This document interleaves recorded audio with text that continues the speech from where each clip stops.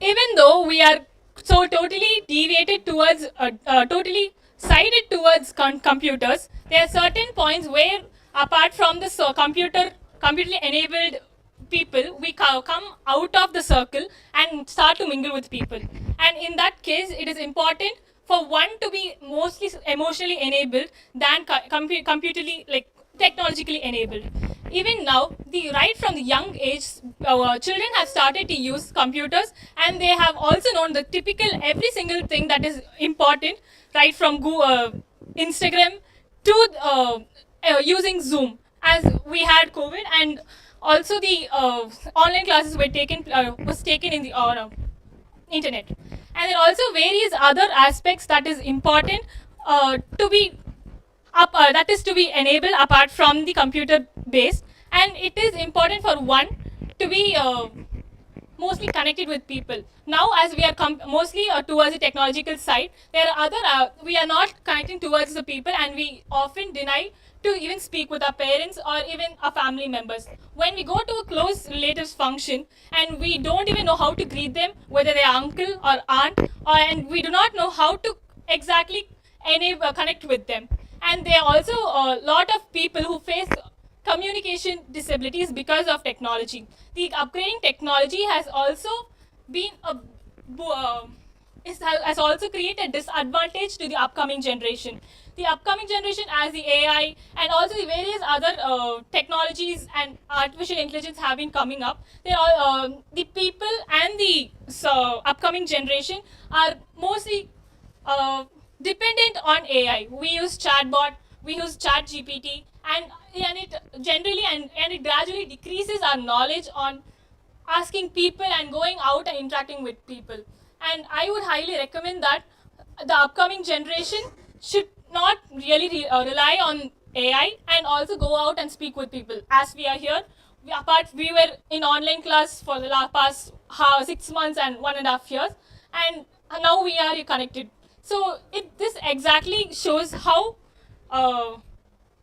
how it is important to go connect with people apart from relying on technology. So I would like to conclude by saying that not to rely completely on the artificial intelligence, and also mostly take a toll on speaking with people and be socially connected. Thank you.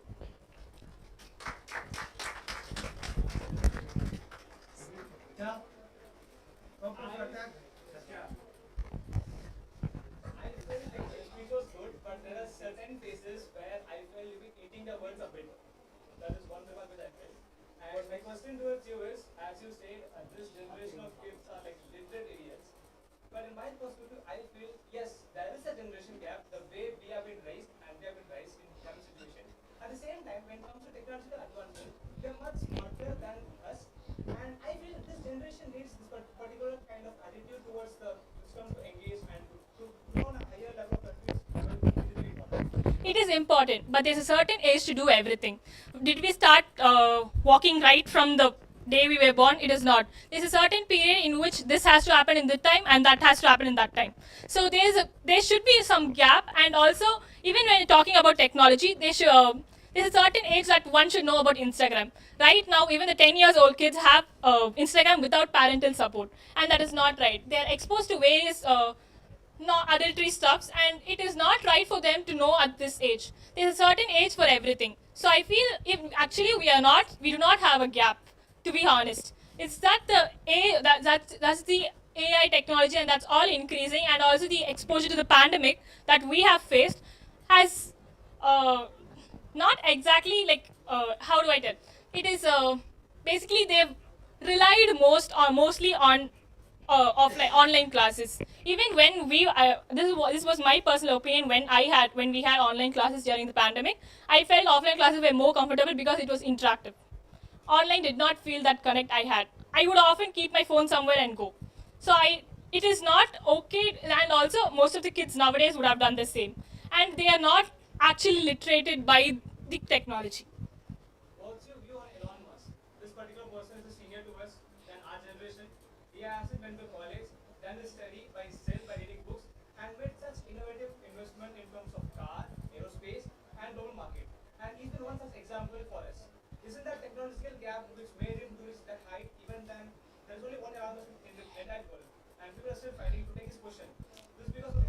And then when did he do that? That was when, after he reached a certain age of, I'm not sure of his age now. So PayPal has been introduced when he was 17 or 16.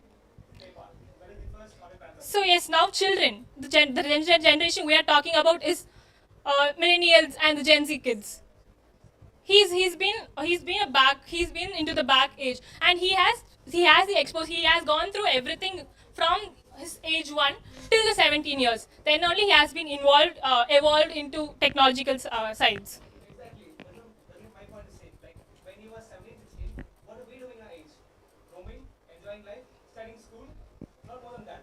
But in his generation, at the age of 17, 16, he introduced a new website, a new like web management, which made the online transaction so easy. So I feel there's a need of this generation for people to do such innovative in the younger generation itself.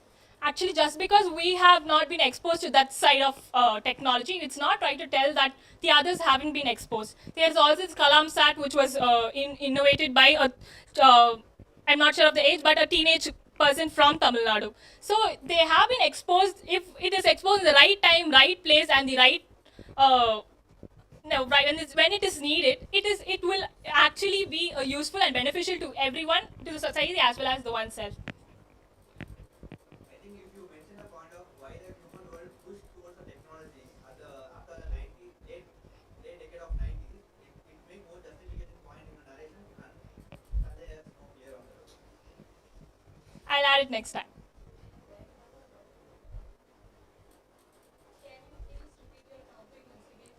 We are raising a generation of computer literated idiots. Idiots. So, from your point of view, the current generation using these technologies, right? They are using it in a way that they are not connected or enjoying the life what we have gone through. Yes.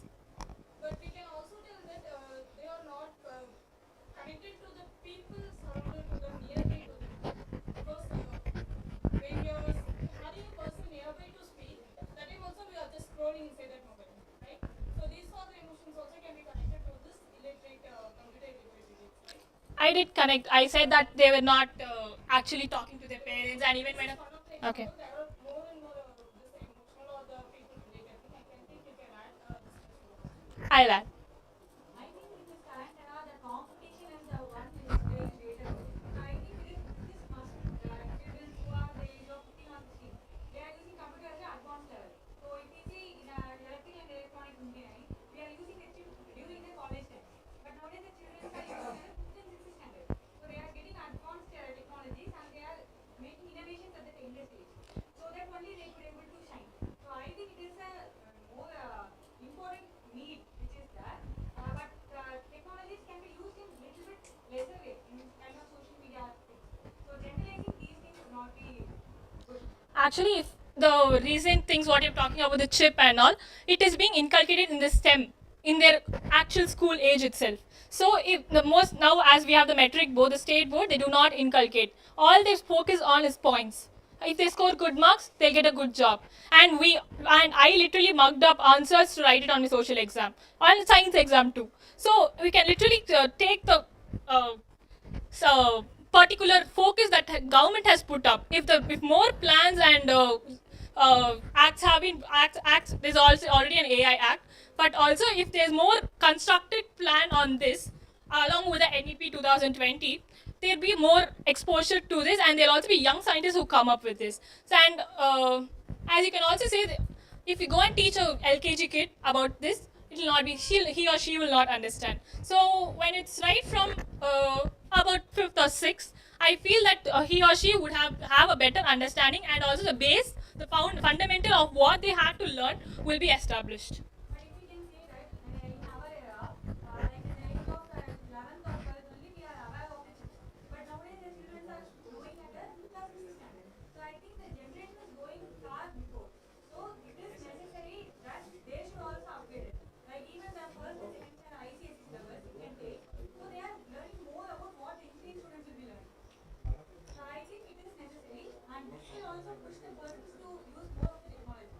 But it will help. But it will affect the mental health of the first and second standard kids. It is not necessary for them to learn that much with the ICSE syllabus and all. I personally feel that a Montessori school will be enough for the pre-KG.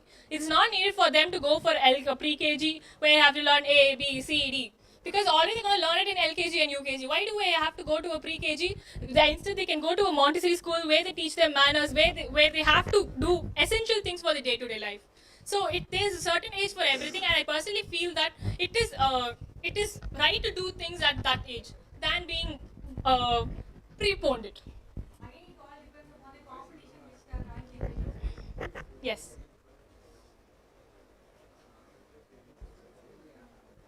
Thank you, sir. Okay, next one.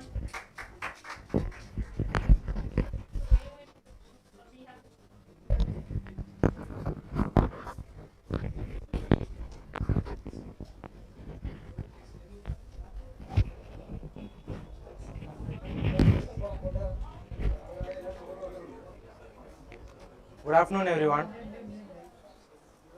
My name is Divakar S. Good afternoon, everyone. My topic is about Indian election is nothing to do with a good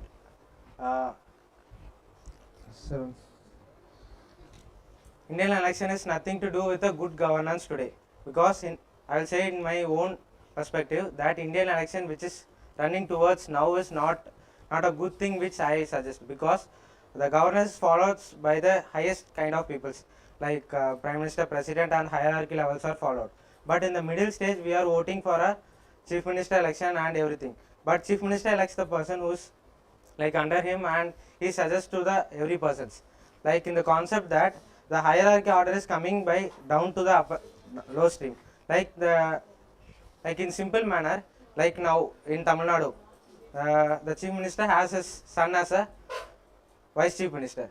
We did not elect him as a Vice Chief Minister, but he take the major type of things which is taken by the sports department and all other stuffs, but which is not related to us. Sometimes we refuse to the point that they are saying, but in such things that when we to the point, but the decision which is taken by the government is entirely different.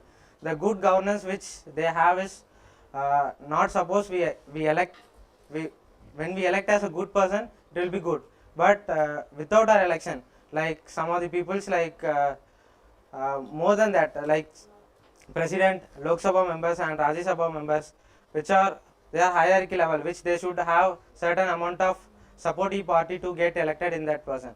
But we are not directly involving to the right person. Like for example, that lower peoples like in the standards of like they are not doesn't have the internet connection in their home, and some of the peoples which they are in the under low condition, they doesn't know about the Indian governance, but they simply come and do the election. That time they are stuck with the same say symbol like in Tamil Nadu they say Udayasuran Retale. Some of the peoples like they are stuck in like in my own example, in my village there are two parties like youngster peoples and non-youngster like 35 to 45 years above. In such types 45 years above peoples are high, they are stacking with the same amount of thing which is already in their mind, but youngsters know something about the election and governance, but majority of the vote is like them. So election could not decide that good governance and everything. Like in my point that the statement is true that good governance cannot be defined by only the election. It has to be decided by the all higher authorities which they have their own power in their hand.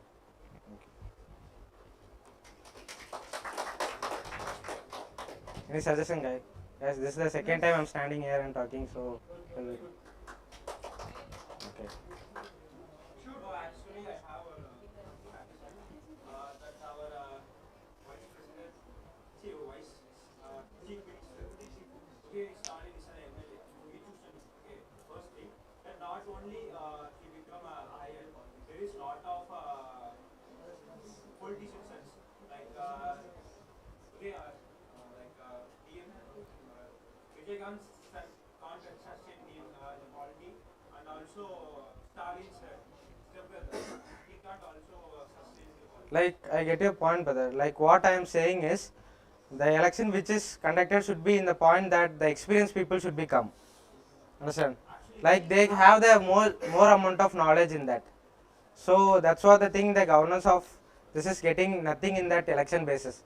Like election, we are voting the MLA because the candidate which is selected on the basis of the symbol, right? There, like what I am saying is the new party who has.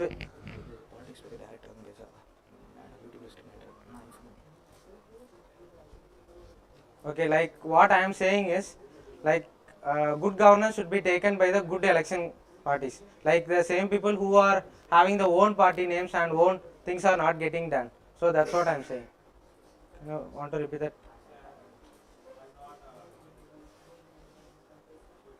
Thank you. One suggestion for you. As per constitution, there is no such post called vice chief minister. It is a post given with a particular party for the name sake. So it's not a constitutional post. Answer. Okay, I'll agree with the Only one. CM is a constitutional post. Okay. That's. Any other suggestion? Suggestion, like I feel your body line is a bit weak. It could be like more bold and energetic, so we can interact with you. That can be improved. Definitely. And okay, yeah. See, you can improve also your vocabulary. If Yeah, you yeah. start reading books or more exposed to this kind of language, it will be very easy for you to also communicate with others. There's no word such as stuffing, sticky.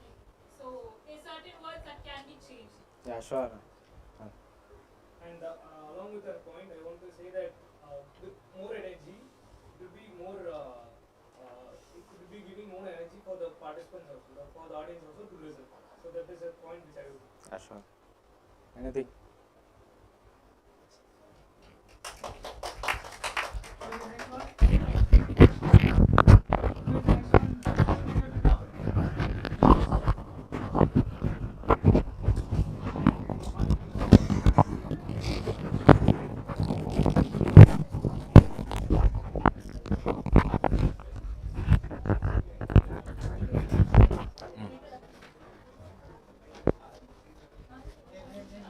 Prakash.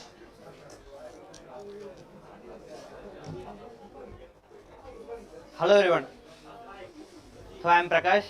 Good afternoon all. So today my topic is beauty consists do little to empower women. So this directly focus on the woman empowerment, where we can see now today's generation is more focused on the beauty, skin care items. So they evidently showcase themselves, the woman, to the outer people. So they need to be empowered more in the way of beauty. So when we go back to history pages, where many people have struggled, not only the women, the men also struggle with the same effect to empower the women, where the Sati movement, where Rajaram Mohan Rai, and in the constitution itself, the B.R. Ambedkar written so many things to supporting the women to uplift them. So this shows how the woman empowerment is needed. So if woman is empowered, the total nation will be empowered. So because commonly woman is more multitask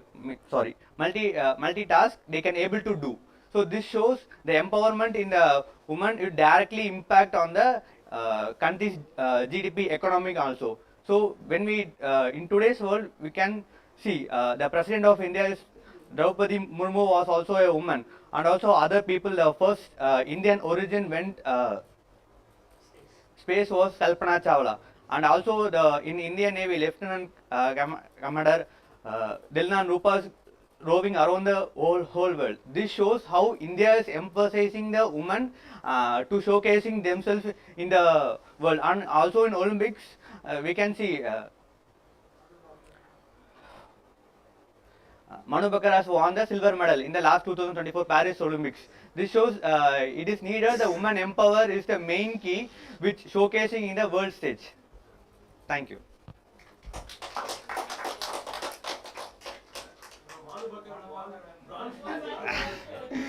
I will I get many questions because I asked earlier. Okay. Okay. Any other points I can? Yeah. Beauty Beauty pageants, oh, pageants. pageants are like Miss Contest. Universe and all are there, no? Beauty contest do little to empower women. Contests. Then if that was a topic, then it is completely, it's not completely, it's different. It's quite different. It's one competition related to women. So I feel empowering the woman is a need. So woman is empowered through this way is good. You did not speak about the beauty pageant, what it was mentioned in the topic, because it's given that beauty pageants have little contribution in empowering women. It is actually true. What just they ask is that how do you empower women? They ask such questions, how where they have to tell that I do this, I social help and all. So apart from this, there are a lot of other defense, and also last year we had the all women contingent in the Republic Day parade, and there are and there's apart from there are also other acts that have been come to empower women. So you have added that, and also you have spoke about the field of the status of women in cinema, because that could have been related to pageants. At least most Aishwarya Rai's pageant, beauty pageant. So I think I missed the point of pageant, but I have added other empowering points for the woman. Adding to that, like she has covered in beauty pageants, like we can see the world is like glamorized when it comes to beauty competition. We much more beauty pageant of female rather than male. We literally don't care about it. Even the equal amount of effort is put in is same for male also in terms of like bodybuilding, male ramp walk, etc. That can be also covered in terms of perspectives. Yeah, I think it should be addressed also, because it should be equal. Even whereas the woman also given equal amount of opportunity, they are recognized more in the beauty pageants. Men also need to be, but our system is used to it from the early ages also. It need to be changed. Where in other parts the men is more dominated, the woman is suppressed. So it need to be equal everywhere. Thank you everyone.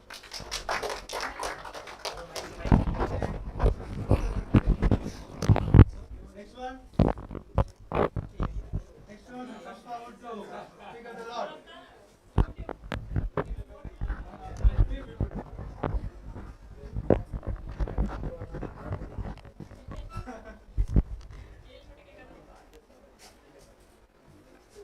Soumya K. Soumya K. SOWMAYA K.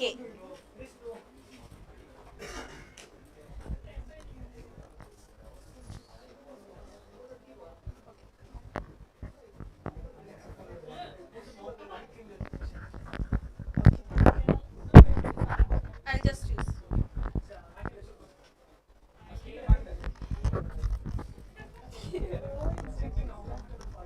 Okay. Thank you. Yeah, listen. Okay, good afternoon to all. This is Soumya K, and my topic is diesel vehicles to be banned in Indian cities. Okay, so the diesel vehicles, when we thought of moving into a transportation level of increasing, the inventions has been developed from decades to decades, and at last we came to the resource called diesel, which is used for vehicle as a fuel, and that is the thing where it started to use the diesel type of vehicles. Okay, so these vehicles usually started, we are using it in the day-to-day life, starting from a small auto rickshaws to car and to heavy vehicles, heavy containers which transports heavy parts of any like any flight related any parts or any other thing which used to transport, or for our personal use, any other purposes also which is related to the transportations of these vehicles. Okay, so we are using it, but when we compare to previous decades, like in 2000, it is the starting some time we are using diesel vehicles. Okay, that time it is very, the vehicle population is bit less, like people not more people are not using to those type of vehicles, but after later sometime it has been the usage of vehicles of diesel type vehicles, it has been increased year by year or month by month, it has been increased. When it compared to now current how we are using it, it is a very vast usage that the emission coming throughout of these diesel vehicles, that is very harming to our global system. Okay, so we are now alternatively searching for the other renewable resources also. India is also one of the huge populated country in the world. While we are using this much huge huge count of vehicles for transportation with this fuel as diesel, it will be causing more and more trouble to our global, okay, global system. So in my point of view, I think that it's already given the diesel vehicles has to be banned. From my perspective, I also say that the diesel vehicle can also be burned, it can also be banned, and the other alternative renewable resources also can be brought into existence for more and more future works. Thank you. So, okay, suggestions or questions, feedbacks, please. You say diesel should be banned. Don't Yes. you think that introduction of diesel has reduced the demand of petrol in Indian continent? And I feel such more fuels should be reduced so that the demand of particular petrol, diesel, or whatever fuels should be reduced, and people will be much more able to consume it and utilize it. Actually, that diesel and petrol, this all are comes from other non-renewable resource. Okay, at a certain period limit of time, it's already been in a decreasing stage. At a certain limit of time, we will lose the entire thing, that type of a resource what we are used to that. Okay, so after a certain period of time, we can't use that type of resources, and this resources also affects our ecosystem. It has been it has been in a era or millions of years, it is the forces that has been um, settled into that uh, land areas. Okay, that is what we are using as a resource. So when we think that after a certain time the demand will be we can get it at a good cost or best way, but after a period of time we can't use it in the same way, because it will be it will be vanished from the entire thing. So we have to go for the alternate thing, and when the current usage, it is in a very vast usage thing, so it is affecting our global ecosystem also. That's why I am telling that it should be banned, or it can be limited also. Also, there is in the BPCL, the Bharat Petroleum Company, has made as invented a ethanol blend, ethanol diesel blend. So Yes. that could be an alternative for it. Rather than that, and also the net zero emission that has been going on, like last week was very famous. Okay. That Dubai also had like introduced carbon, some hydrocarbon buses, and also the hydrocarbon buses. Okay. And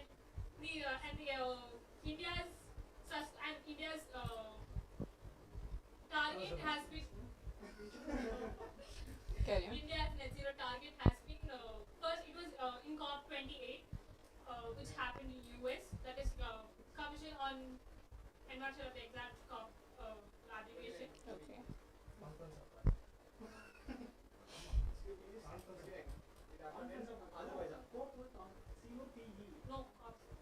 No, COP 29 and 13. It's a convention type thing. Okay, they have set a target for developing countries to completely stop net zero by this year. That is 2050 for the other countries. But India has completely opposed that. It is not possible as a developing country for us to stop this at 2050. It needs more time, and it's before 20, and also that 2050 was reduced to 2030 or something. And Okay. yes, and so India said it's not possible for us. We'll be doing it before 2040. So you can have added that, and Okay. that's it. Sure, I will add it.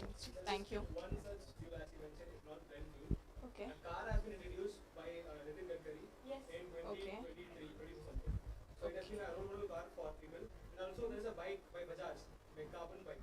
Carbon bike. Okay, CNG bike. Examples. Compact natural. Okay. We can also talk about EV. EV is a EVs, good, it's an alternative thing. yeah, We are it's a using very the current good era. for this Sure. emission. And also Okay. India is the world's third largest emission of greenhouse gases. Yes. Okay, You, thank you you. are mentioning the ban of diesel. Then you want to list down what are the other ways we can use for transportation. In the, as you mentioned, of CNG and Carbon emissions. hydrocarbon, sorry, nitrogen, or maybe the hyperloop system or the magnetic also used. So these are some other ways transportation has used. And also repeating the points, meaning the same. Why the topic? I think repeating the same meaning. meaning the Okay, also. Any other suggestions or feedbacks, anything? Okay, thank you. Okay, next one.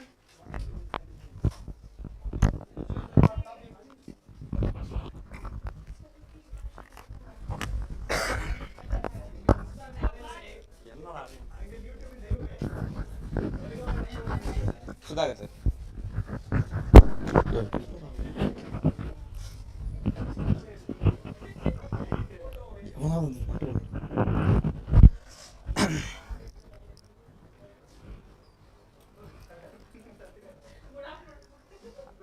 That's what I ensure whether it what is the time. So good afternoon everyone. The topic which is given for me today is Western culture must be adopted by us. So basically I am a person who is not 100% into adapting Western culture, but unfortunately the topic given in my hand today is to speak some points regarding to that. So I have to tell something that why we need to adopt Western culture in India. So yes. So basically, in India there are a lot of things. We have a lot of resources. We have a lot of human populations, but there are certain things which restrict people from growing in the proper path. So one such way is I feel that gender discrimination is the major thing.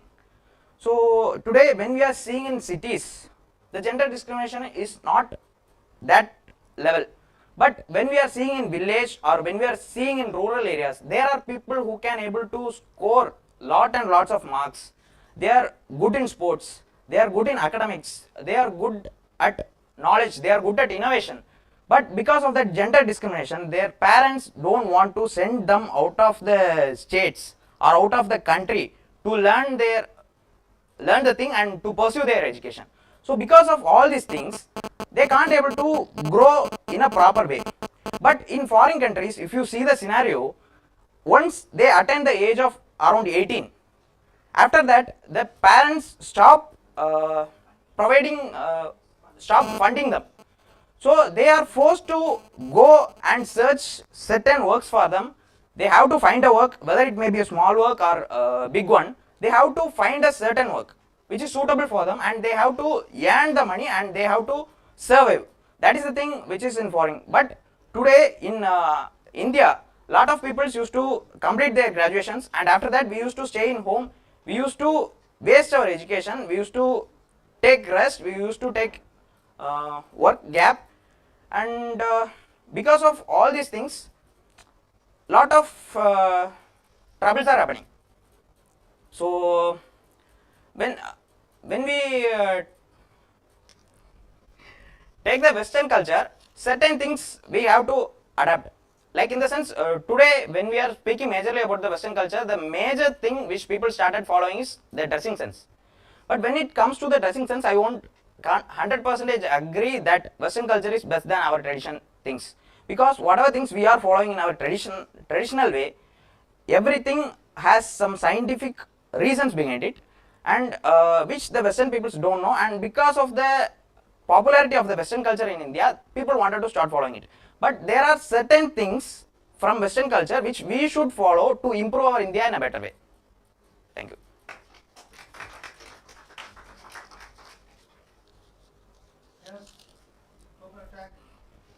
Like a compliment for you is good voice and modulation. This is very good, and body language also pretty good.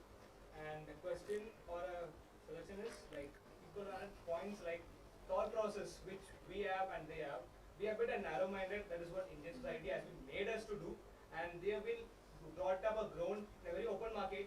Even the country is a capitalist, so that culture can be added to India. And second is resources and things which they get in the young age, in the age, and they will limited by saying that no, I said it upon. So these are the culture difference which India need to be adapted for a better growth for people. So majorly I won't 100% tell that we should adopt everything from the Western culture, but there are certain things, if you allow the people to go out of the cities, if you allow the people to go out and work, they can able to achieve a lot, because there are people with huge potentials, but due to the parents restrictions they can't able to express it in the open environment. Adding to that, like for India, a person need to get something, he need to move city and to go to a different place. But in a capitalist country, where they are, they get it there and then itself. That is the culture which you want to learn. After going in from a from a Patankuti Ur to Chennai is different. From Los Angeles to California is different. People in the respective area living get the knowledge wisdom equal to Los Angeles. But for us, we need to go to a proper city better for India. Yes, I agree. What is?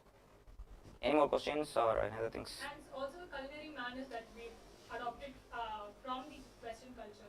Nowadays, the hotels, all those 5-star and hotels, they have in certain restriction and it should be only use they should only use uh, fork and spoons to eat, and it should also have a tablecloth. It is not necessary. We use hands. Even in North India, when I recently went to Bhopal, everyone there was a CDC camp also which was conducted along the shooting camp. All the North Indian people above Bhopal, including Bhopal and above Bhopal, that's Madhya Pradesh and above, they use plate, bowl, a separate bowl and a spoon. Even to eat rice, even to eat chapati. As I told, in India there are certain things which we are following. There is some scientific reasons. For example, when we are going to North India, we can see a lot of people, even the coolies who are used to go for daily wages, they used to wear shoes. If we see the real reason behind it, because due to the temperature there, it is very cold. So in order to manage the climate, they used to wear all these things. But in the same way, there are certain things which Western people is also following because of some reasons. But the thing which we are doing is, without knowing the exact reason why they are following, we started following that. That is the trend. Yes, without knowing the reason, we are following lot of things. One example is we always eat food in Chapangal. In North part, they used to sit in Indian style of roti and they eat. They believe that it is very fast digest. I think the topic was very neutral. It was adapt to the Western culture, not to 100% of everything. You were taken as starting the negative, but you are compromising both positive and negative. I think you can give a shot with the full positive only. It's okay. That's the neutral topic. Both the positive. So was it a topic West culture should be adapted? Should be adapted by us. Should be as a must. It should be completely Complete. adapted. From my point, I would say you can explain the point, the topic a bit, and then you can move towards your personal opinion. Yes. So that the receivers could have. So actually, the thing, there is a thing in my mind. While I am coming from there, I took the paper and went there. So I closed my eyes and opened my eyes. Soumya finished and went. I don't know what exactly to speak. So I have some 1 or 2 points. So I didn't put it in a proper way. So I wanted to convey all the things which is there in my mind. I'm not sure whether I conveyed it 100% with you people or not, but it's okay. Also, the society that we live in is very different from the Western culture. You talk about dressing. It is not Yes. the same. If we dress the same, if we dress the same as in US or any other foreign country, you know what will happen. We have another Nirbhaya, we have the other Kolkata case happening. So It is not that the it thing is is. the thought process of how people think here. Come to Bangalore. I agree with the point. Yeah, man. You do speak in English. Yes. Okay, clear? Yeah. More than the speech, the last point you said was very. We all agree. When you visited Bangalore? SSB. Yeah, next one. Next one, we have done bigger the lot.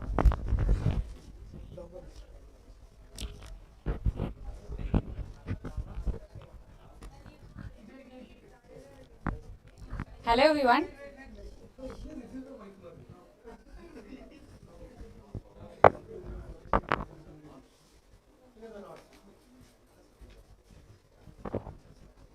Sorry, Shruti sir.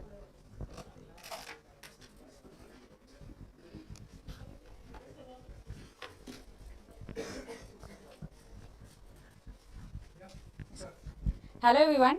I will read out my topic. It is over harvesting of groundwater in cities is causing water shortage in villages.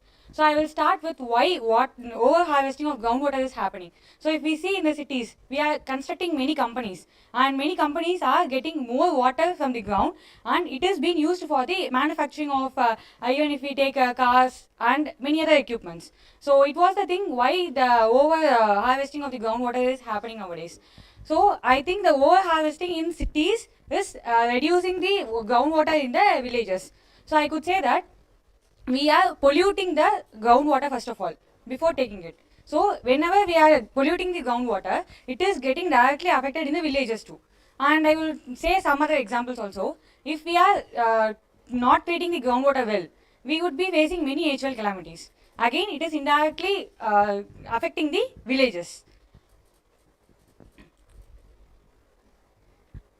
And I think the water shortage happening is because, so if we see many rivers are going from the cities and then moving to the villages.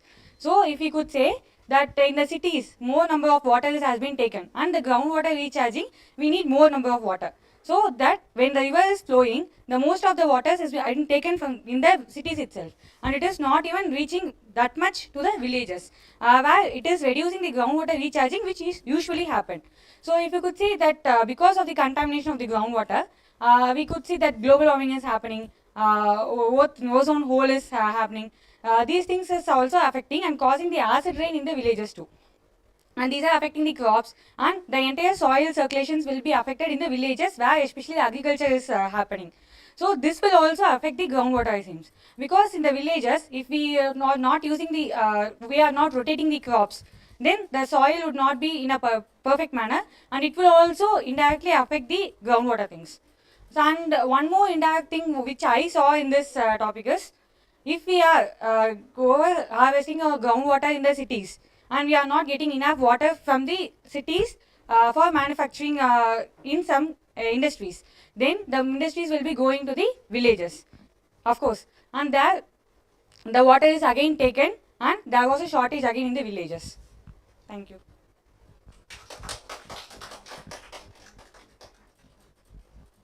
You can ask your questions. Yes. Over harvesting of groundwater in cities is causing water shortage in villages. Actually, I am not sure of this point. I don't know exactly it is happening or not. So I have related the things which is up to my knowledge. As Chennai is the Detroit of Asia. Chennai is a place where a lot of automobile manufacturing is happening. So they consume water. And that water, I'm not sure if there's a policy or act to regulate the consumption of water by the government. So do you think, what do you take a poll on that? Do you think there should be a regulation for it to happen? Or what kind of regulations can be put on the factory to? Actually, I'm not sure of it, but I have an assumption that previously there was not such laws where the industries were booming. Before that, there was some things where the industries has been boomed and they are taking the groundwater from those areas. And after that, I think the regulations has came, and even still, what has affected before is still causing now. That is the point I had. And nowadays, I think we are much regulated towards that thing. And also, apart from the city people consuming water, and then the rest is going to the villages, I feel that we are polluting the water.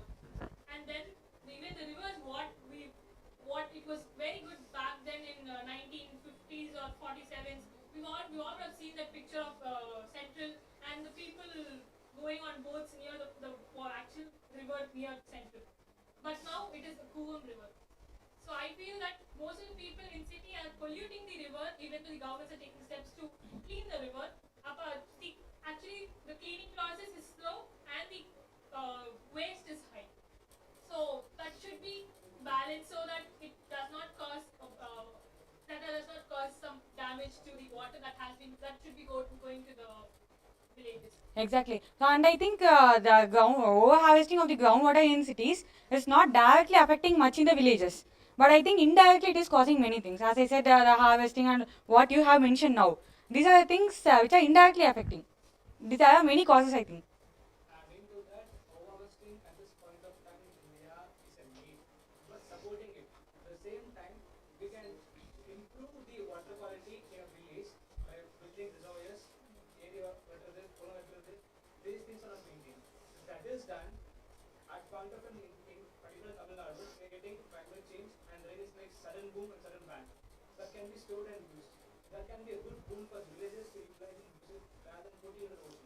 I think constructing reservoirs or lakes not only in villages, it is also essential in the cities because we are exploiting it. Because So I will tell you an example. So in the Bangalore, in the last year, we could see there was a water shortage, and this happened because I actually initially the Bangalore was called as Lake of City of Lakes, but nowadays there are not much lakes. No, actually initially it was called very far before, and I have read about it. And at the time, they are saying there are many lakes, around 64 or 70 lakes were there before. But nowadays, if we take, only 20 or 24 are in good state. And also, after seeing these water shortages, the people have started renovating those lakes. And it is really helping a lot. Even the persons are having some NGOs, and they are again treating those lakes, and it is recharging the groundwater. And I think it is not only in lakes, we should maintain all over in the country or all over in the world, so that the global warming things can be corrected. Because the global warming is not happening at one particular place because of the things happening at one particular place. I think wherever it happens, it will affect entirely. I think the multi-cultivation is one of the point where in villages can able to get more water from the ground, but it's not affected by the city. So the topic was how the water usage in the city is affecting the village. I think there's a contradictory in that one. Actually, the topic is the water shortage in village, but because of the over harvesting of groundwater in cities. I think it's a multi-cultivation only done in the villages. Actually, it's not. Yeah. The question itself is like they are comparing the village to that of the over harvesting of the city. No, the city is consuming more water, so that there is no water for the village. Yes. That's what. Also, to be honest, the villages now are not actual villages. They are becoming modernized. I've seen people in those days, even now some parts of Chennai, the people who sell fishes, they walk and come. I've seen the village, near Kalpakam, I've seen them taking in scooties and coming in selling fishes. And I've seen them going on roads, and you can clearly see how even the villages are likely to be modernized in the next upcoming few years. In that case, there will be no water that has to be consumed by the city or the village. There's no regulation for each of it. It's just even you use and then I'll also use. Whatever city, whatever water I have, I use. Whatever water you have, you use. So in that case, how do you think it could be stopped in the future for scarcity to not happen? Actually, it is based on the people's mindset, I think.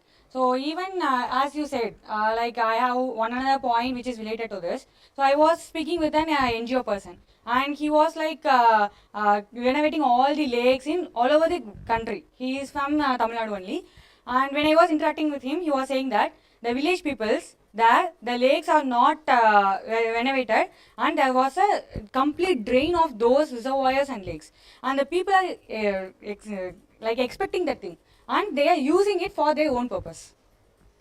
So it is more about like we are going not to the like a future thing, futuristic approach, but we are more of the current approach, what we are having and how we can improve that and how we can make money of it. Yeah, we are not thinking of the lands or any other climatic changes which may happen in the future. Any other? Thank you.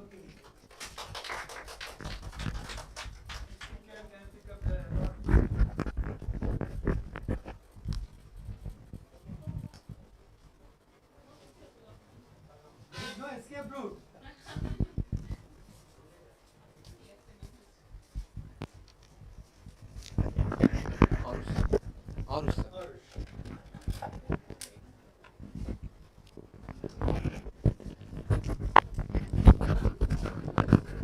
Good evening, everyone.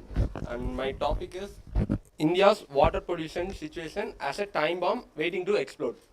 Okay, so we all know what is water pollution. Water pollution is making water not usable for the environment.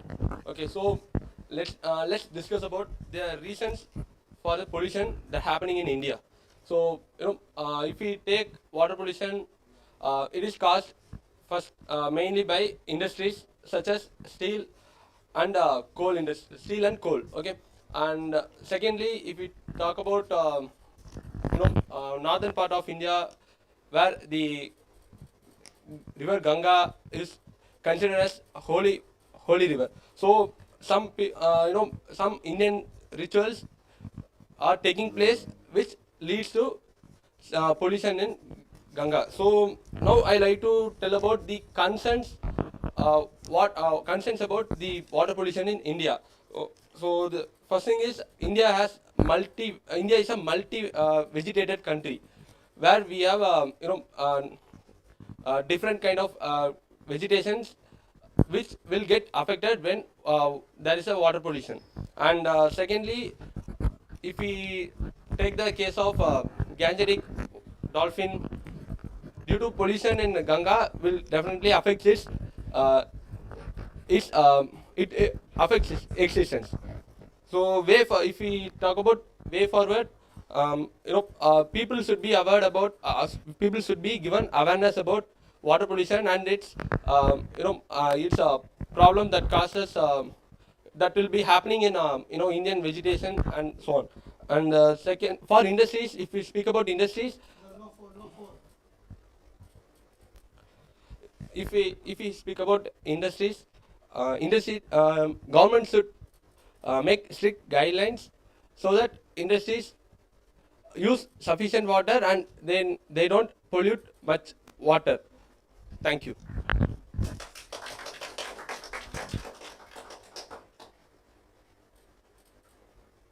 Feedback, suggestions.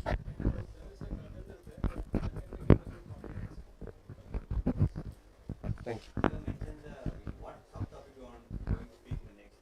That topic name is not required. You just talk about what content. I thought I just want to make it as a structure, so I just gave some. The name was not required. Thank you. Also, you could have added about the current situation that's been going on, the Mahakumbh Mela. Obviously, a lot of ways. Live stream. Live stream. Mahakumbh Mela is no, there's a lot of ways that's going to be created. So, the government and the authorities have already said that they are taking waste management. Our point is like, Yeah. you say like water is polluted, right? But Mahakumbh Mela, the UP government has set it so many water purification that has been done very frequently to reduce the impact on that. That has been counterbalancing it. That is a good step, and it is a permanent installment. It's not for Mahakumbh Mela. It will be working for the next continuous years. That will stop the water pollution. I was not aware of that. Also, Ganga and Yamuna has been regularly cleaned on regular basis. After there was an issue where they had to, there was a complaint. I'm not about complaint, but there was an issue with too much. There were also dead bodies that were floating in Ganga. And after that issue, there was the government also took steps with regards to cleaning cleaning process of holy rivers such as Ganga and Yamuna. Okay, I'll add So it. the Seva Ganga mission was that to retrieve from the retrievation Ganga from the rehabilitate like the as a common use in the earlier. And also, Thank you. interlinking of rivers is an aspect where it has to be clean so that the river which is being connected to every other rivers is being proper manner. So it is being placed in the right way to the person, also the villages present over that region. Thank you. I'll add it. So,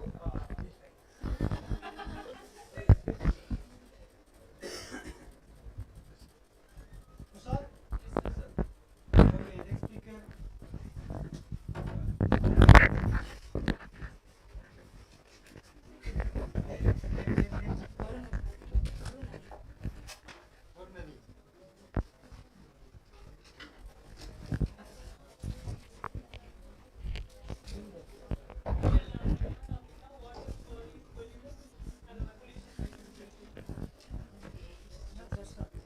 So, good evening to all. So, today I'm going to speak about the topic government should divert more funds towards primary education. So, primary education is the basic education that every people should get to know. So, this is the basic things which every children need to undergo, because if they don't receive the primary education means they won't understand the urge to study and the enthusiasm it undergoes. So, for the children to fight for what they want and the things they need in their life and the thought process of what their life they need to lead to. So it all starts with the primary educations. So government also brings about various schemes to improve these primary educations, like Swapna Shiksha Abhinay something scheme, and Kendra Vidyalaya and many other schemes have been contributed, and they have also added like in the article 51 clause 1 clause A clause K 1 clause K that primary education is compulsory below 14 years. So for this needs to be implemented, the government should give more funds towards these primary educations to implement those schemes and to bring a success rate in India. So primary in India, child labor and many abuses in under children has been variously increasing in such things. So government has although implemented these things, the funds that need to be given to those schemes is also an essential one to make it a success. Thank you.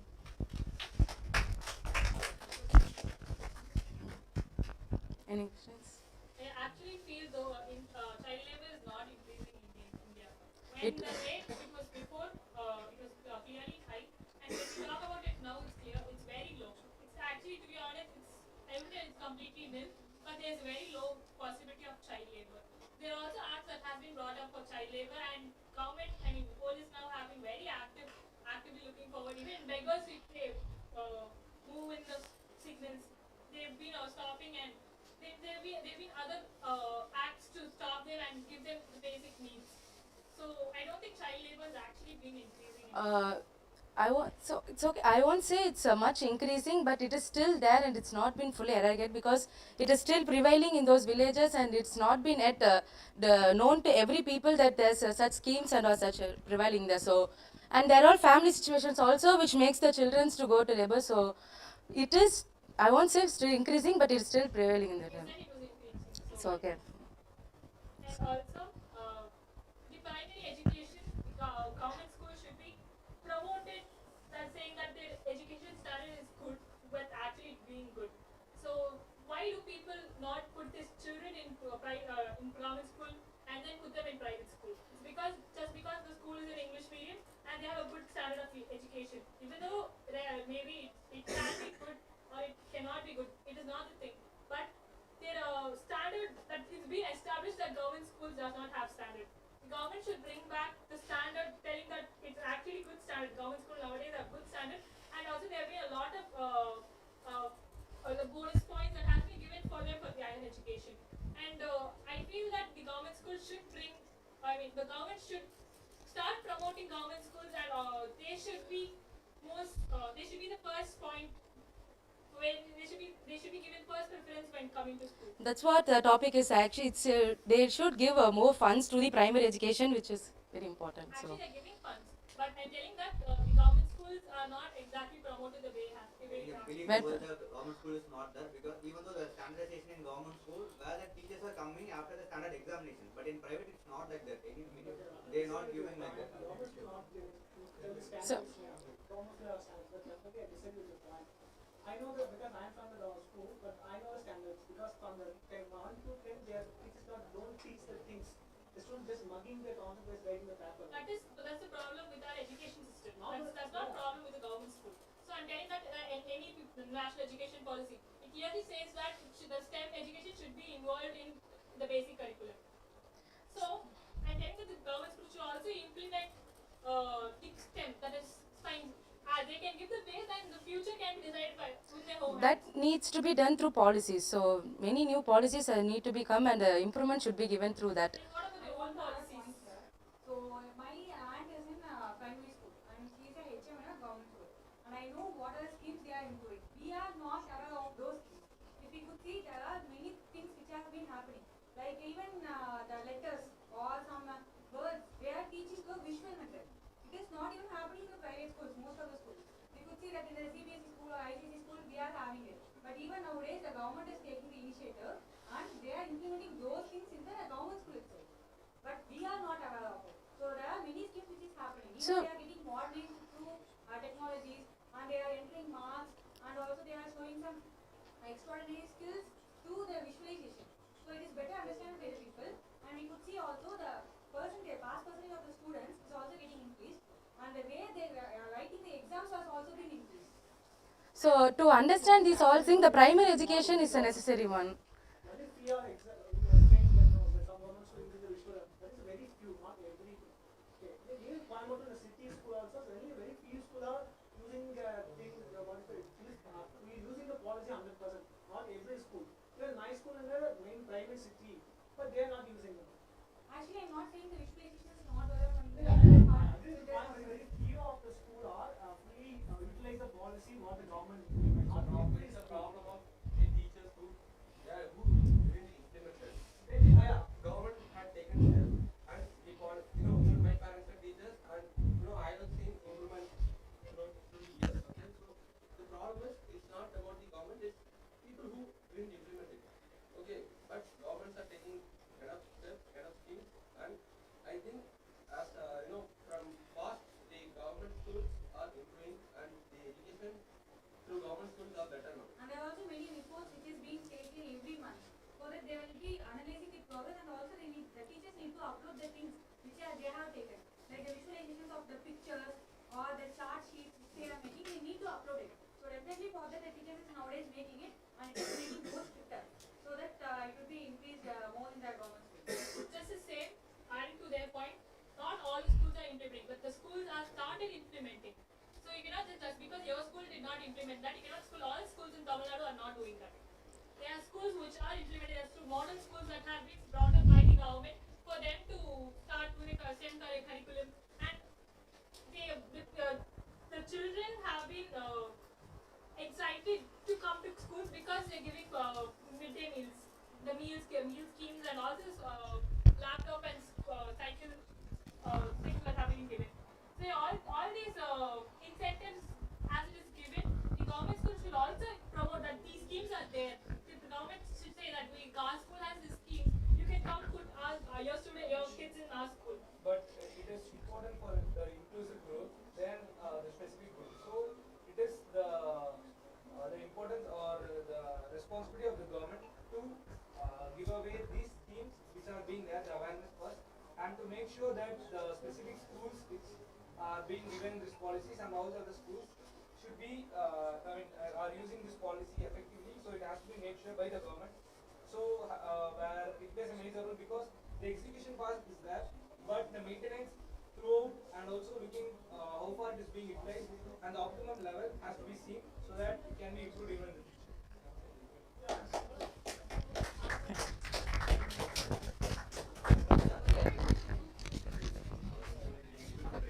Ram Vignesh. Ram Vignesh.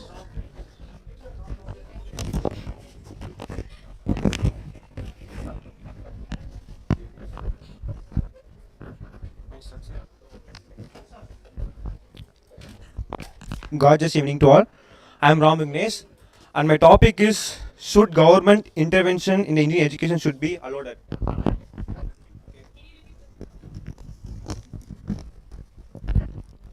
Should government intervention in Indian education system be allowed? For me, the education is the thing when a person can read and write language, and it is a basic need for today survival of ours. So, for me, the why should the need of government should intervene in the education system? The first thing is like we need because today Tamil Nadu is one of the topmost state because of the education what we get from the our past that done because of the our Kalvi Kandai K Kamaraj, and moreover the government are given lot of facilities for the student like bus passes and cycle laptops and lot of things that encourage the students, and also let them there's a scheme known as a midday scheme which encourages the parents to let their children to study because it mitigate the burden of their parent for giving the food. And same time I think that socially it is same to say because today also there is lot of caste system in our state, but I think the school is the first thing which makes the youth generation towards its act like a platform where the youth can exchange their feeling and thought. And same thing in advantages like still there is a lot of what we say, government politics in there. Like there is lot of schools that named based on the caste, like an Nada school, like there is lot of thing. Um, and same for me, there is a need of government should intervention on our education. Like it's said in our constitution, that right to education, where people can educate up to the age of 14. And as the end, yes, there is a need of government in observing and taking the school into right path. Thank you. Jai Hind.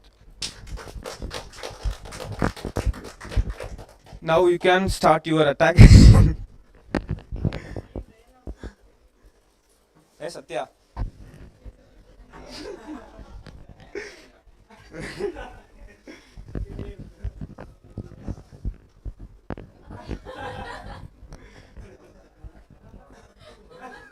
You can improve your vocabulary. They said that the framing of sentence was not right in the starting. Yes. I'm not sure exactly what sentence, but the sentence was not right. Yes. You can improve your sentence, and you can improve that by talking with us and talking with your peers in your locality. No.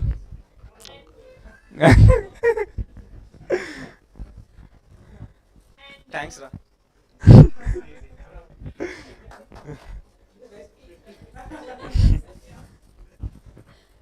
There was a lot of topics that we have covered.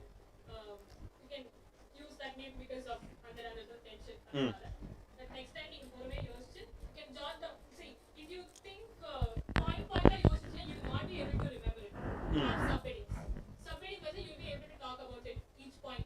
If you take out social issue or this, you can talk about its genesis, how it started, how it is going on now, and how it will impact us. If it's a global issue, then you can use how it will impact India. So that would be important. So you can use that otherwise as well. Comparing to the other topic, this topic need to be more diplomatically because it's more controversial than politics. We need to be Yes, bro. another aspect. Freedom of speech.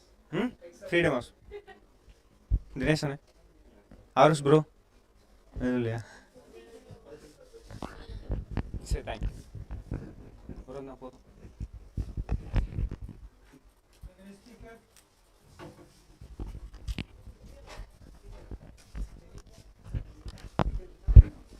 Speak. Sai Sarabesh. Yes. Sarabesh.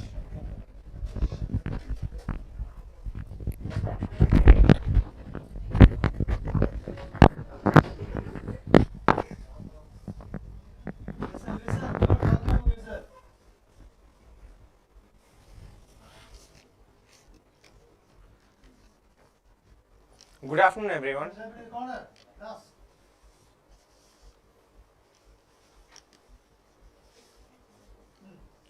Good afternoon, everyone. My name is Sai Sarabesh. The topic which I'm going to talk about is the government school dropout, how to stop it. First, let me introduce a fact, which is a major amendment was amended on the basis of education, which means the 86th amendment, which made amendment on the fundamental rights as well as a directive principle of state policies. This shows the crucial importance of the education which have to be followed especially in the government schools. First, I like to tell the main three aspects which is government school are followed, where the dropout was seems as a catalyst for that. Okay. First one is the less awareness of importance of education among the parents. First thing is, and second one is the flexibility of executive role, and third one is the lack of innovation method of learning.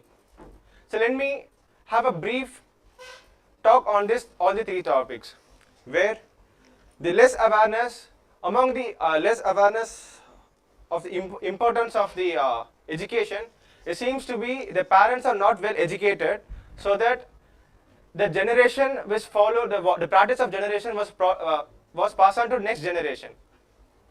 This seems clearly that parents first they are majorly focusing on the For example, if the family was based on the agriculture perspective, for a rural was residing in a rural area, where the main focus are only based on the to do the same work which the son have to be, it is a pride for them, right? So where the education is not plays a major role for them. If here I mentioned that if the parents are seems to be illiterate, until unless any external force or influence them, they mind to support their children's education. Okay, and second one is there is a less. I feel that there is a less executive role where there is a school, government school have to be followed, where teachers were having a less concentration on the students. If the students are tend to drop out, they are don't have any follow-ups about the children's, and they are just ignoring the presence of the children's. This seems also the executive role have some kind of flexibility was following among them. And third one is the lack in innovation method of learning. Here, like I mentioned a lot of the awakeness I mentioned about, there is a the smart board was there. It is everything happened in the city-based, which means urban areas. If their rural areas was having, even I see that the less number of the primary school having the strength of around with the strength of 300, now presently having the five students in the current data, which I've seen in the Villapuram district, where Alambakam rural area was, it is there, it is still following there. So how I can tackle it? Like I suggest three main the outcomes which can able to overcome it. First one is the introducing the startups with the education based startup which focusing on the government agencies. Where, for example, the NGOs like Teach for India, hope everyone know about that. Where it mainly focusing about the rural, the schools which the students are studying under the unprivileged background. Where the India's top mind was set up there as a teacher. This is one of the major initiative which based on the Teach for India, where the government's most funded NGO organization is that. So based on that, a lot of other organizations have to be started.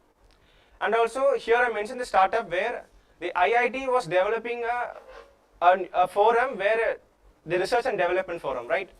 For example, drones, missiles, lot of things IIT was have a tie-up with the startups. The same thing, the IIT and other top institutions have to have tie-ups with the startups which based on the education aspects.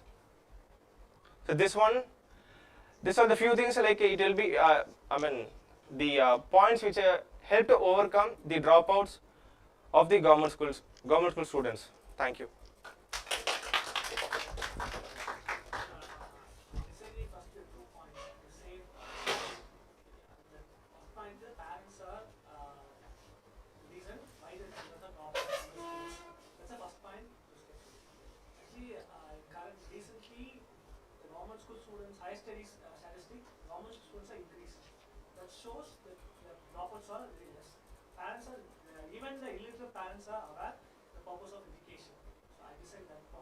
Okay, I mentioned again that if the external source was not influenced, so what is the case about that? And mention it clearly, right? Okay, next. One point, like still in a like village point of India, people send their children not for education but for food. And even the government has taken many schemes, steps to promote food, one-day meal, morning, so everything is there. But the quality of food that is not edible for the children. And the main agenda is sending children for food is not accomplished. That is the major reason for them to take the children for poli work, at least for one head. They get some police. From that money, they can give them some quality food. May I come again your point? Like I don't understand what you're exactly trying to say about. He's clearly telling that the midday meal schemes, even though they have been implemented in government schools, they do not provide quality food.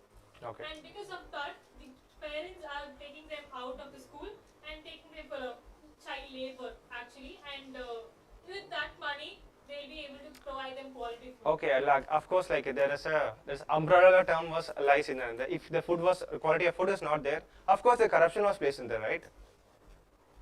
So here even though, and also like it also, I mean, what to say, it was the first point I was validating here. If the parent was not aware about the importance of education, even though like they will not send their children for food. They will send their children for education. So that's what I'm trying to say. It. For them, the need of the agenda is to live their children at least for some days or years. For them, food is primary than education.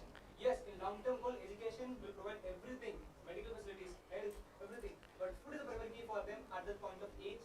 Agenda. Yes, like I'll tell you another thing also. There is a scheme called the 100-day work. The most term was MRGNA. Mahatma Gandhi Rural National Rural Employment Scheme, where they are per day they will cost around 300-350, I guess, per day.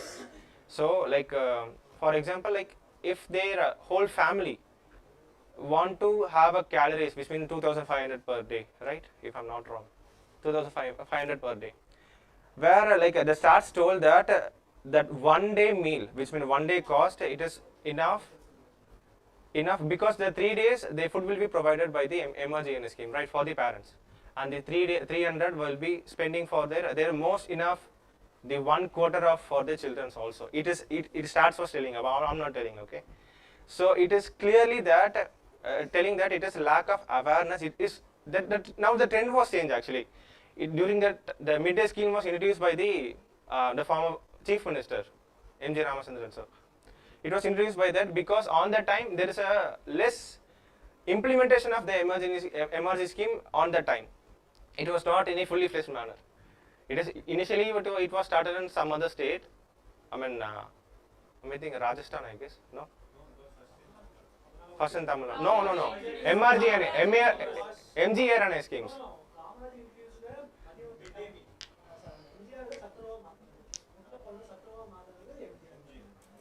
Here, my point is very clear. Where, like I have told 3 things, right? There is a less execution among the executive role. Among the role was executive, which means teachers and headmasters. They are not accountable to the job. That's what I will say. Okay. Okay, thank you.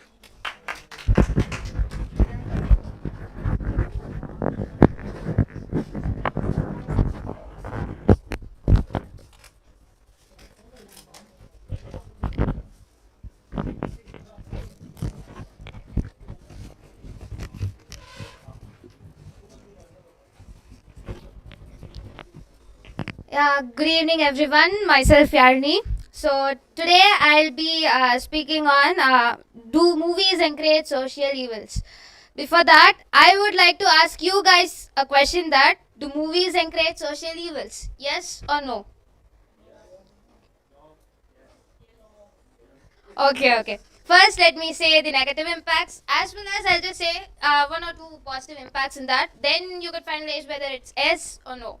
Yeah, like if we see the negative impacts, there are roles for heroes like where they are gangsters and they sell drugs. Those things and all are there, which are normalizing in nowadays cinemas.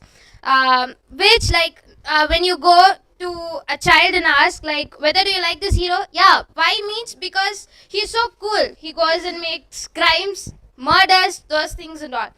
So it's not actually a good thing when according to the society if you like come out like murder is not actually a good thing, like you're gonna kill a life, so it's not a good thing whether he may be a good person or bad person, whatever it is, you're not the one who has the right to decide it. So that's one thing.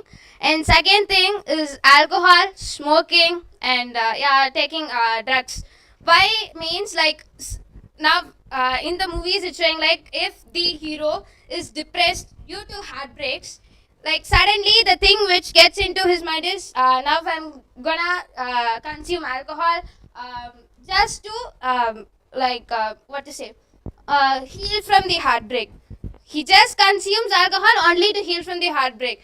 So if you need to heal from the heartbreak, there are many ways. You can go to gym, you can empower yourself and you can motivate yourself to go for another thing. You just don't need to like go and drink or go and smoke those things and all. So yeah, that's one negative impact. Then I do have to say about the gender stereotypes and harassments which are showing on women. There is a pan India movie which actually normalized the women. What to say? Like he's a hero, he's an alpha man, so that he can go and beat his wife, those things and all, which is really normalized and which is like nearly, I don't know how many crores it went. I think it's more than 1,000 crores. Yeah. So people actually nowadays like to, like, I don't know what they say here, but few people say that, yeah, obviously because it's good to watch and he's an alpha man, so he has the right to do whatever he wants. But actually it's not the thing. This is what like actually people get from the movie. Then yeah, this is the negative impact. So what to do means yeah, they are taking movies, but like filmmakers has the right to write stories whatever they need. That may be imaginary, but the way they portray in the film is there something they have to portray in a proper manner. As I said, the alpha men there may be, but there is something you need to give equality to the women also. It's not like it's like she's your wife, you can go and beat her. No, it's not like that. She is also a human being who has who has a life, who lives her own life.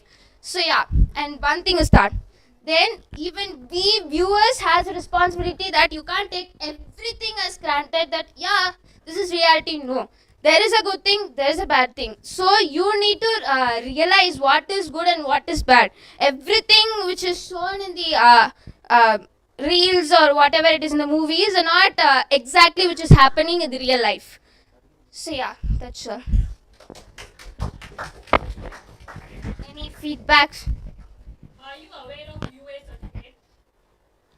Not much about, but yeah, if you say about, I'll just get to know It it. is a certificate that is provided by that cinema committee for where for a movie if it's underage, if a person who's below the age of 18 or 17, it's not advisable for them to watch the movie.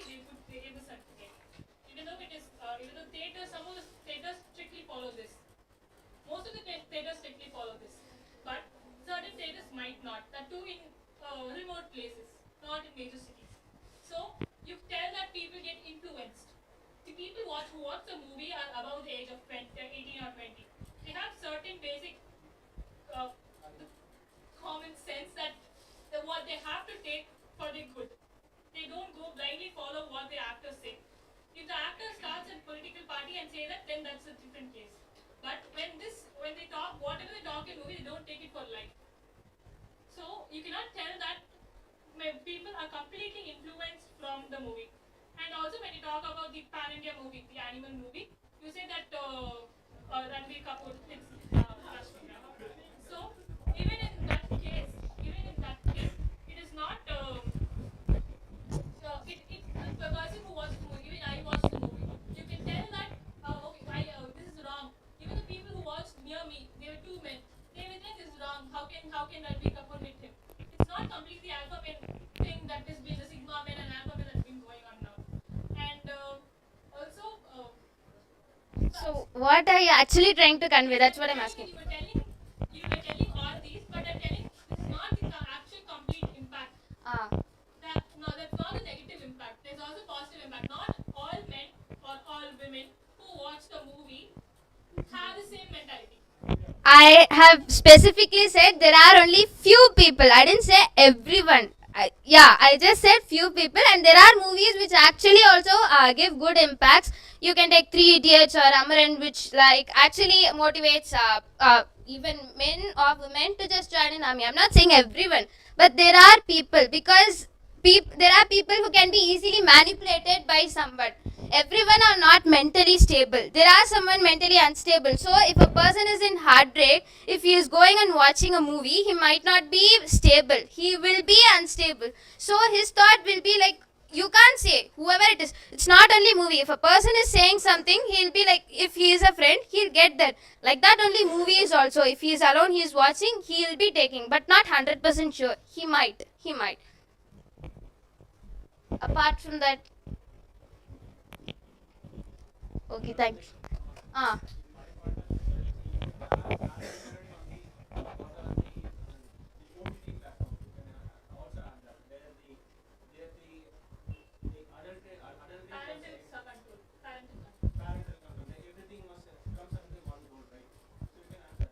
Yeah, sure, sure. I'll add it next.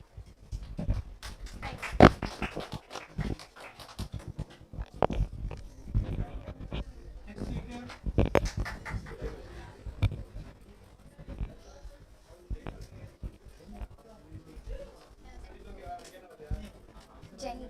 Jenny. Jenny, Jenny.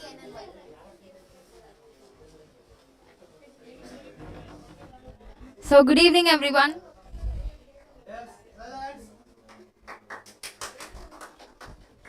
Okay. So, good evening, everyone. The topic that I'm going to speak about is who is responsible for poor performance in India in sports.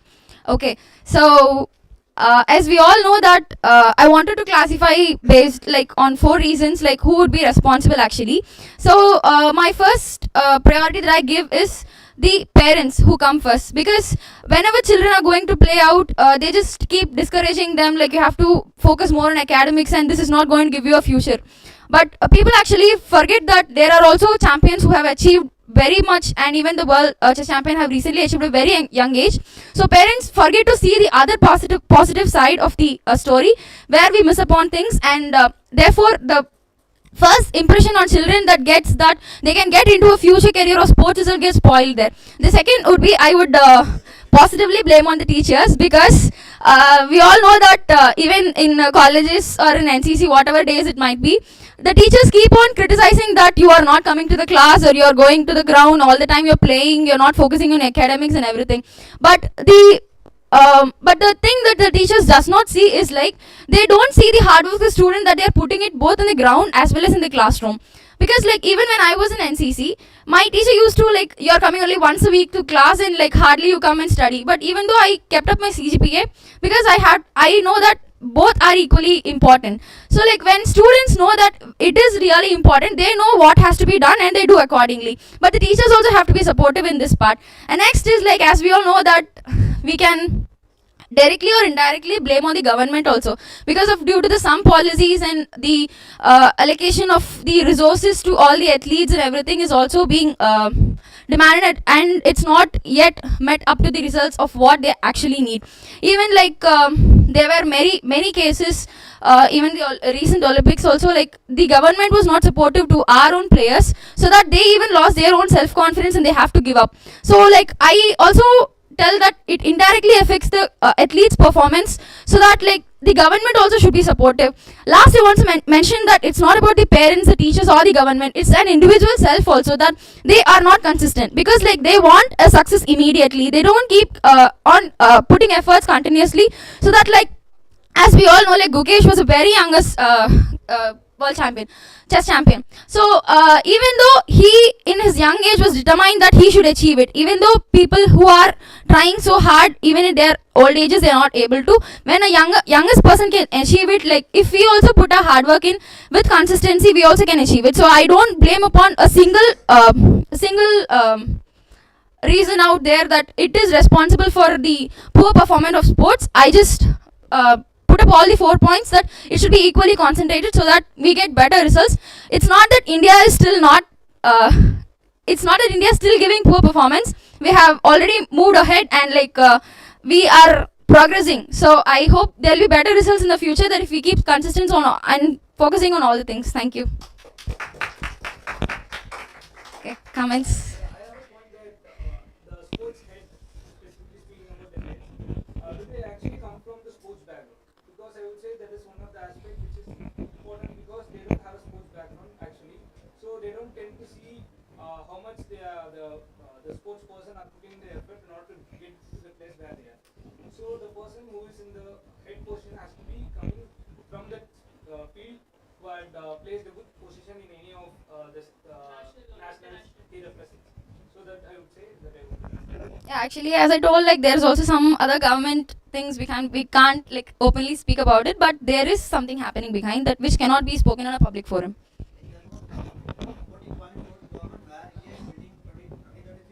Also, they're getting added 4 new games. Games. So this shows how the government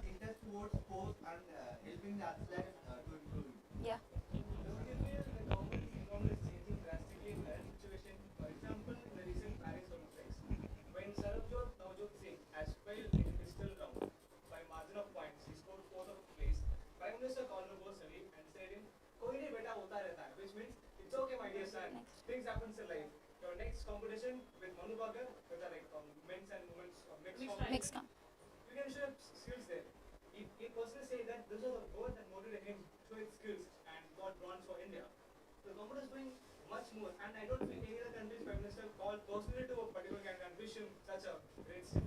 Yeah, so we can hope for better results in the future, that many athletes meet up many Olympic medals. Make a big difference than putting the effort on field where the coaches are trained and just take the persons who have the efficiency to hit the place where they are shooting. And also the head coaches. Just by a call, it doesn't going to make a big difference in a fraction of 10 minutes, 10 seconds or so. Because we can say even there is. Let me tell this, but I tell you, shooting is not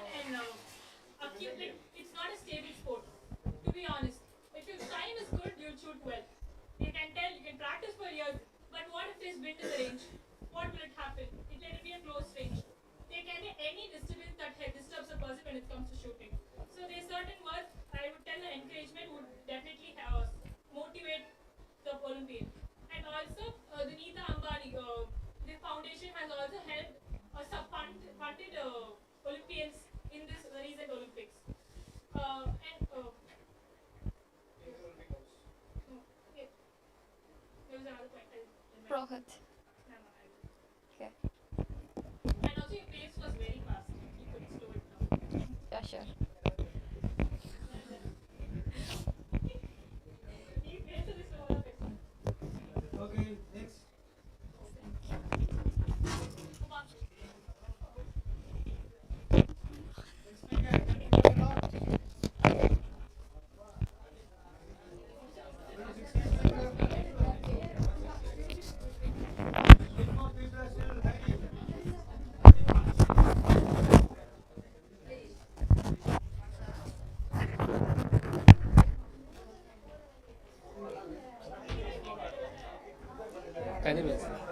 Kadir.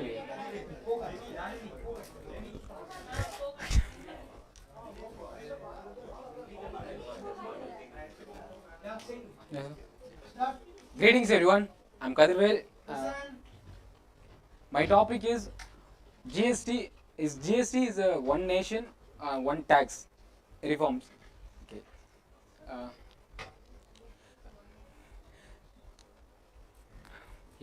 GST is introduced in 1970. It's aimed to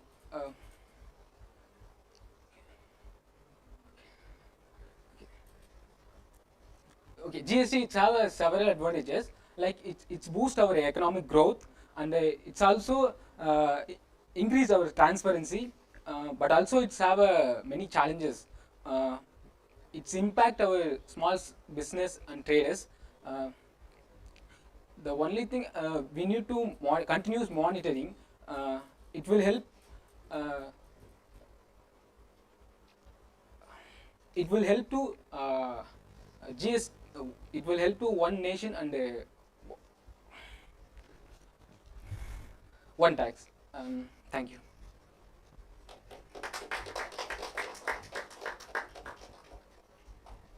Yeah, sure.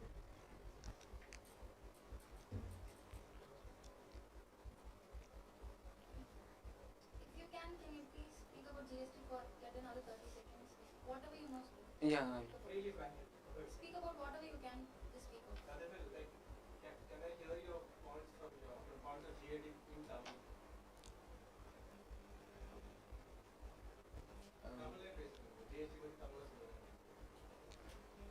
Actually, I need a. No, whatever you have in your mind, just put it.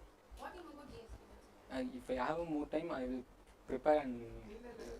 All are for the same time for preparation only. Okay. So that is not the case. Whatever points you have in your mind, deliver. So can you like how you started or any topic on this one? GST na உங்களுக்கு என்னன்னு தெரியும் அதை பத்தி goods and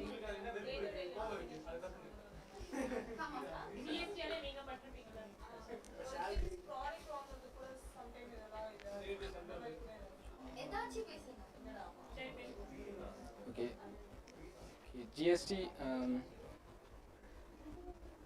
ஒரு மக்கள் எல்லாருமே வந்து வரி வந்து நாட்டுக்கு கட்டணும். ஆனால் அது வந்து ஒரு பர்டிகுலர் எல்லாத்துக்குமே வரினா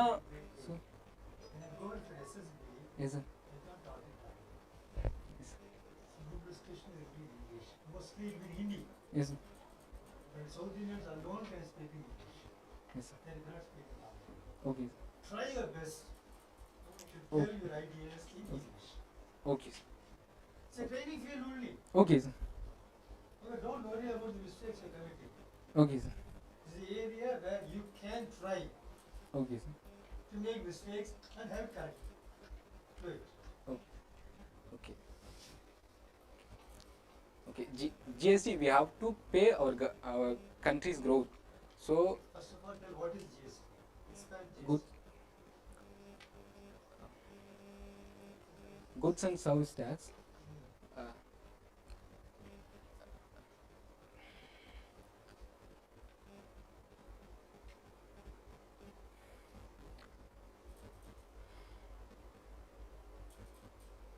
Where are they laid? Sir? Where are they laid? What are articles that is coming under GST? So I'm not aware of that.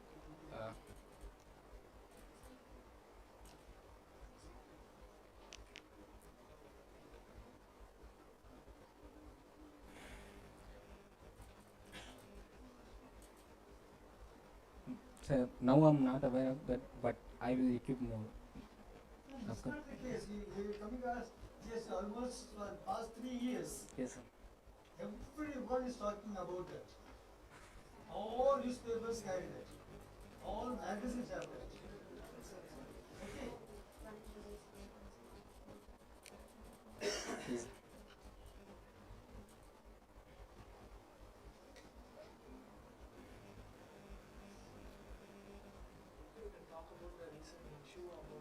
Okay, I give you. I'll ask you to come last. Oh, okay. Sir. You go and take this. Next.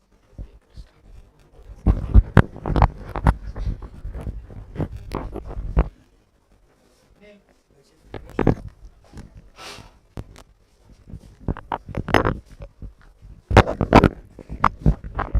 Hello.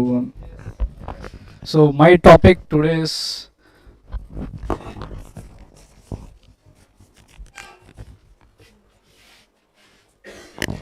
political parties should not be given contents to the criminal records. Well, I feel that political parties should not be given tickets to the contestant with criminal records. I feel that this is true because many crimes occur in the name of politics, and it is covered in the name of politics. Currently, many politic leaders are in crime fields, and they are still great leaders too. This politic is a pretty much a game in which many criminals are being occurred and occurring too in the name of politics. It doesn't mean that criminals could become political leaders, but it is a current scenario that many political leaders are criminals.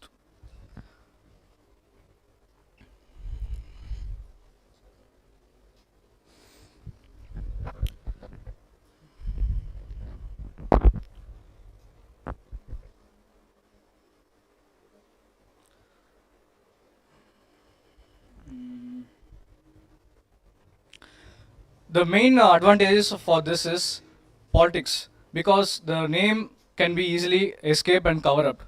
If they do any crime and they could be just cover up and come out easily. So that's it, I think so, sir.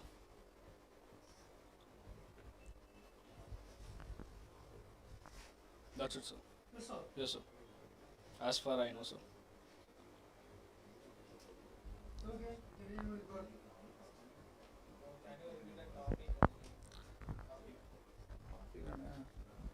Political parties should not be given tickets to contestants with criminal records.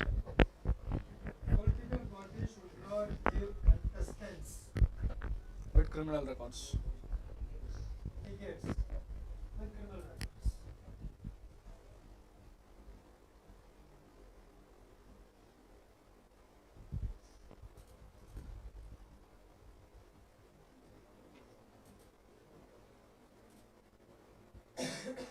Yes, anyone can.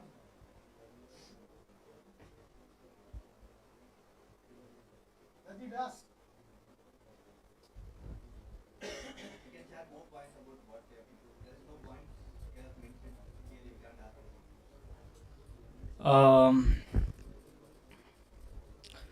There's been taken place in the name of politics, and it is being covered up in the name of politics. So what does the topic mean is that if a person has a criminal record, he or she cannot contest in the election. Is that The party should not give tickets. party should not give them seats? Yeah. So for contesting. Yeah. So you did not clearly put forth what the topic was. Say example, a party name is A.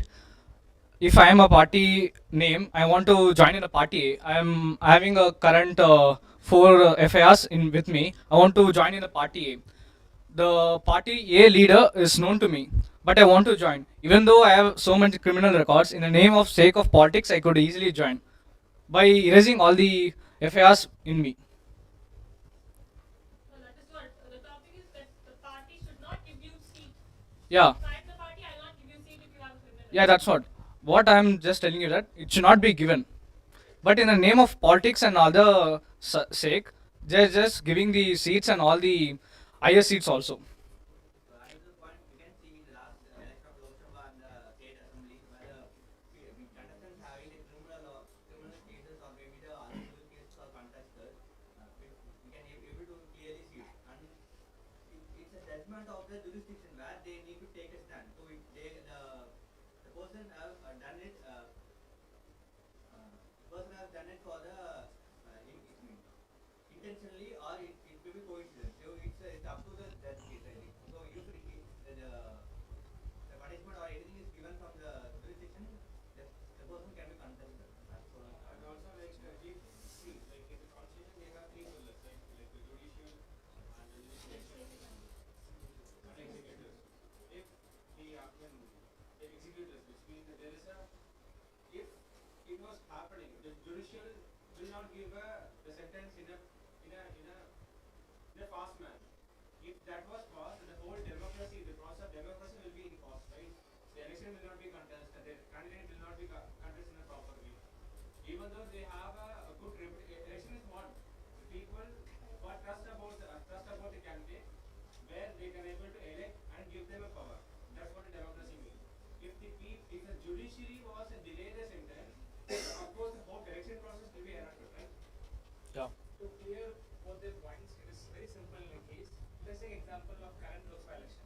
There was one person who got elected from Punjab who was in jail. He was aligned to Khalistan, those things. The judges of India say that no person can be treated as a criminal until the jurisdiction has been given. That is the main thing. So it can be said a false FIR can be also done, and because of that you are a good person, a reputed person, but because of FIR you can't contest election. That's injustice, right? But it doesn't work in all the scenario, right? 90% of things happens like that.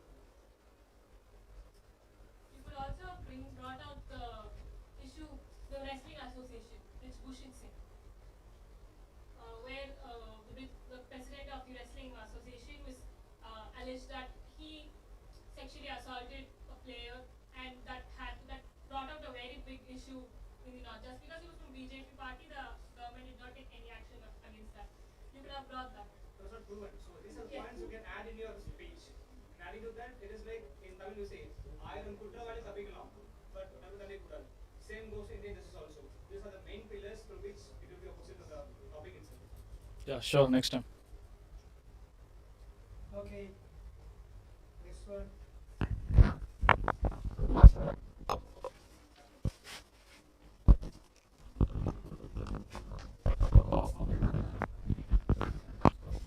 Good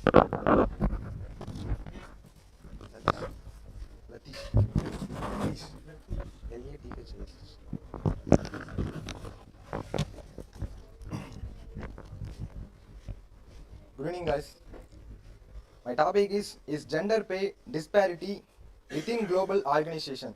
Justify. First of all, I can't understand this topic. What is gender pay disparity? Gender pay disparity means if anyone give small pay is gender pay disparity within global organizations.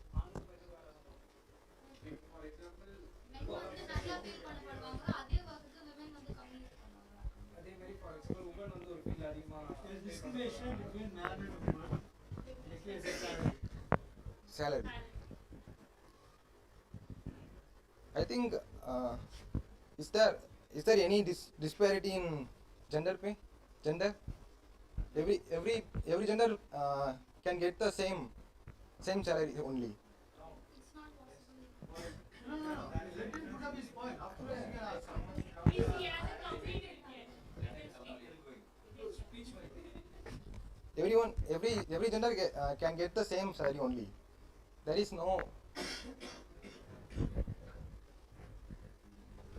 no any disparity there. I think I'm not get the topic right way. Okay, I'll put your point like this. There's a cook. Okay, sir. The man is given more salary. Woman is paid less. Okay, sir.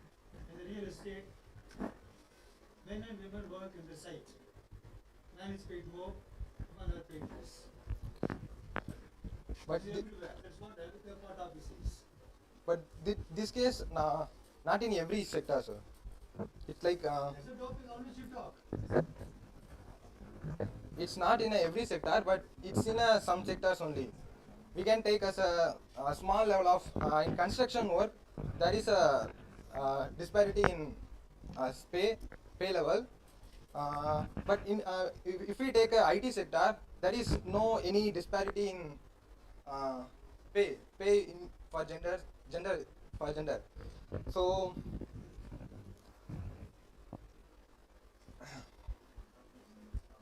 I don't know what I want to talk.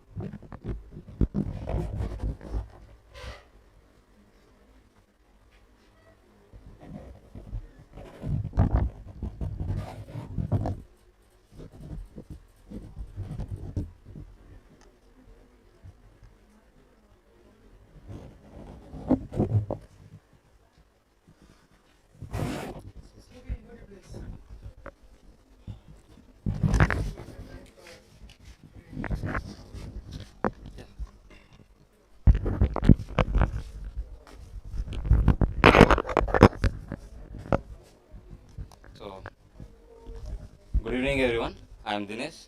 So, my topic is Indian citizens deserve social security. This is my topic. So, my topic is Indian citizens deserve in social security.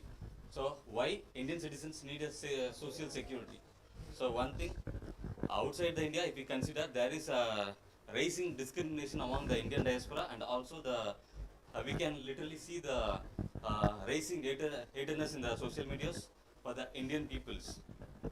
So this is outside the India, and when we see the inside our territory, we have lot of differences in social and cultural aspects, and we follow various cultural norms and ethics according to their customs and traditions.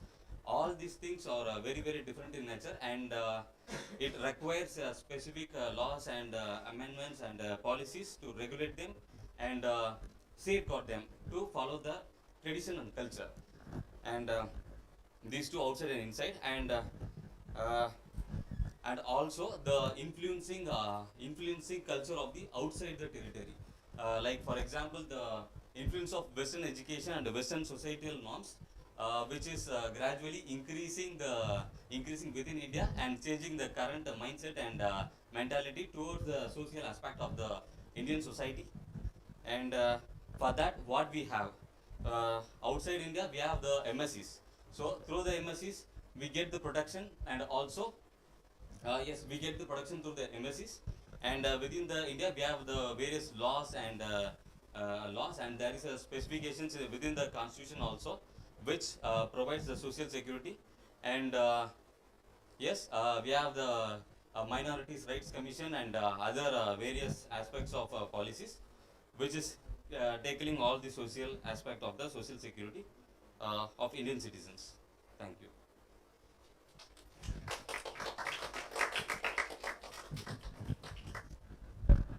You can throw his ideas.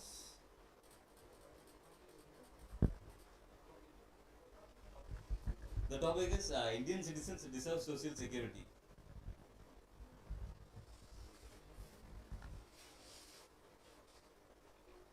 You could have spoke more elaborate on the global level, because now there are a lot of Indian citizens in various countries.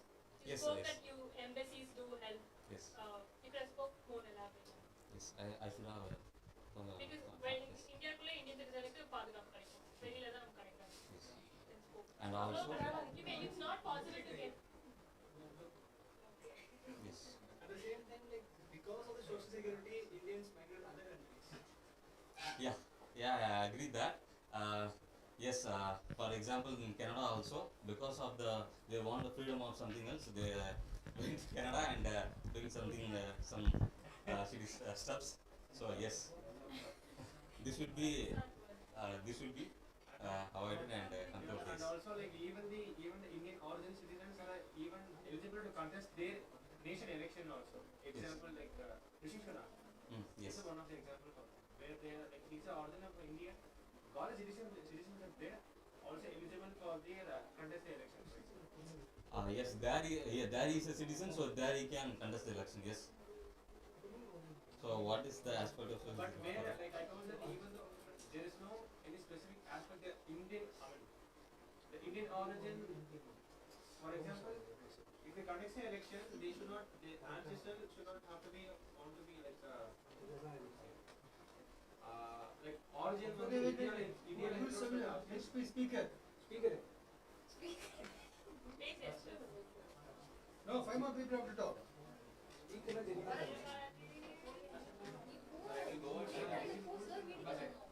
I have to go off the record. Why?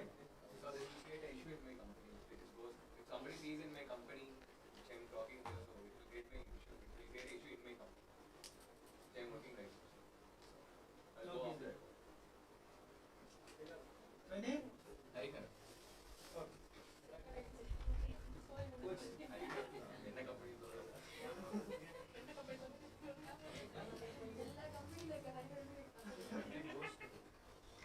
Yeah. Yes, high service for speaking.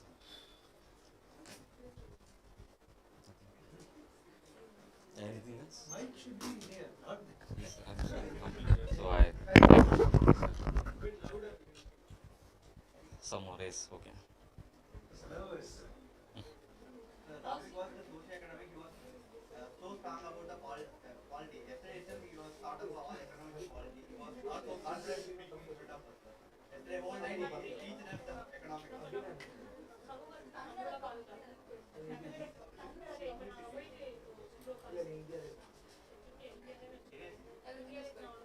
Thank you so much.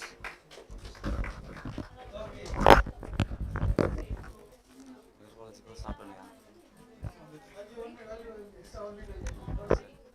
இங்கே என்ன வச்சிடறேன்.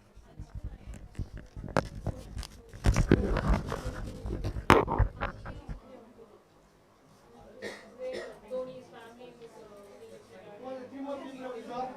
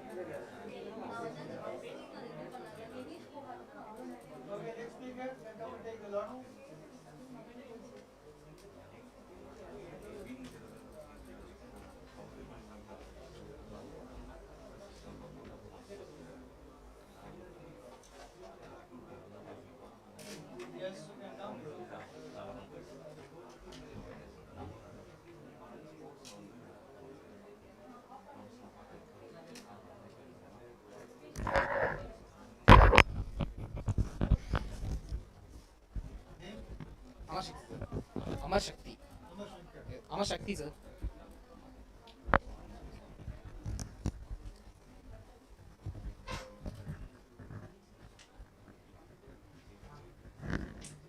Yes, sir. Good evening, everyone. Good evening, everyone. Today's my topic is India needs a bi-party system like the US. Okay, bi-party system like US. Okay. First, what is bi-party system? Some countries in the world follows bi-party system. That means in a country there will be only two parties. They conduct election. They will participate in election. And some of the countries which have bi-party systems are USA and UK.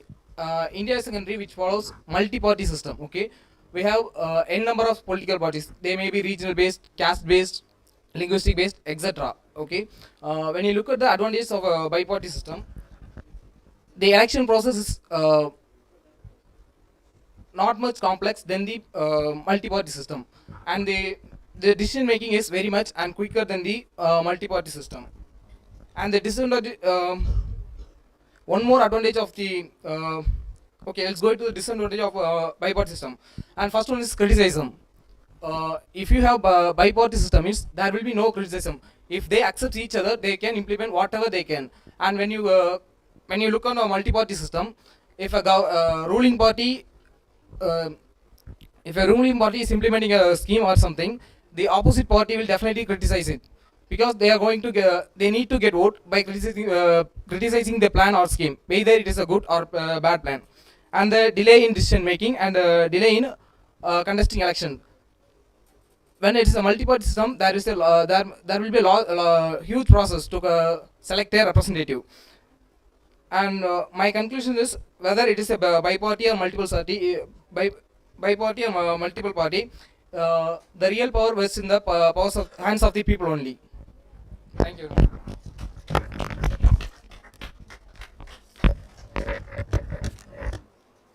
Guys, anyone?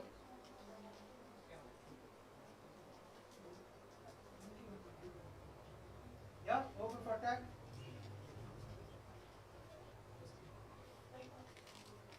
India needs a bi-party system like the US.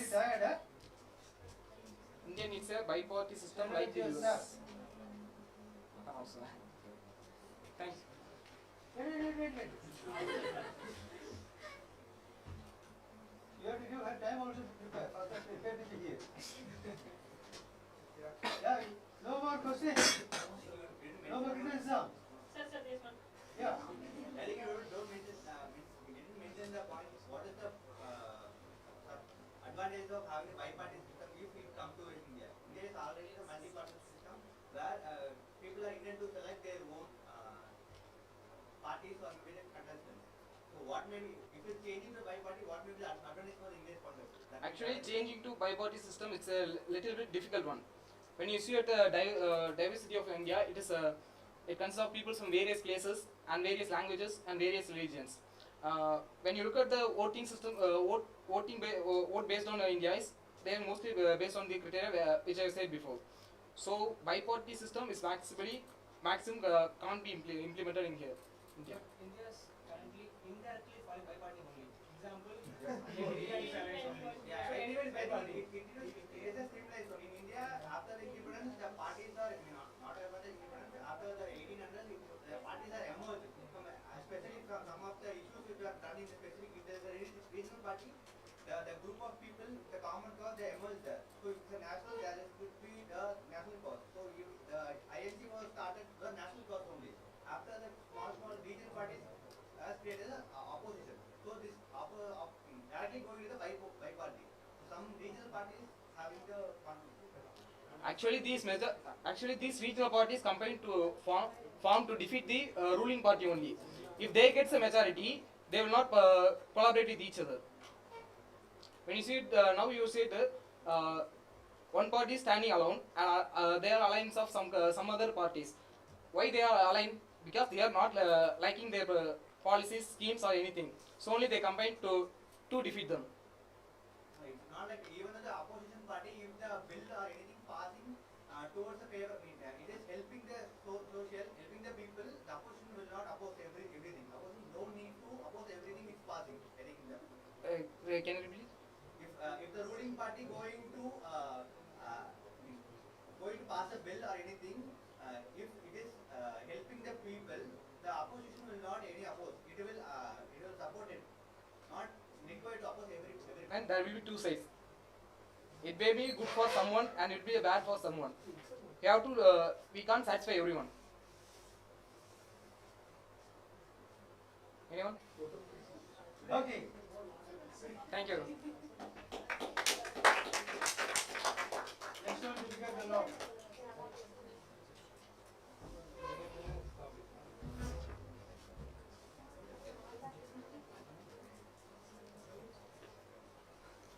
Don't use the phone.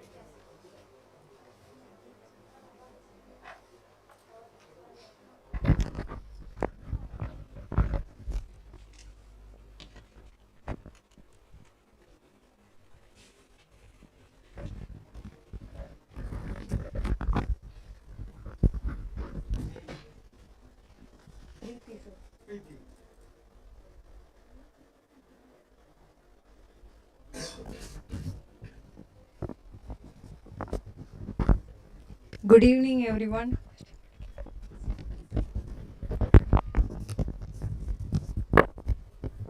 My question is, should the rich and wealthy... my topic is, should the rich and wealthy in India to be taxed more?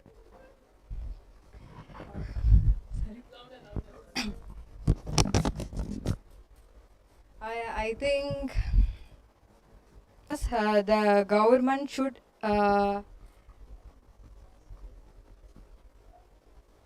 they should collect their tax efficiently, like in other ways. And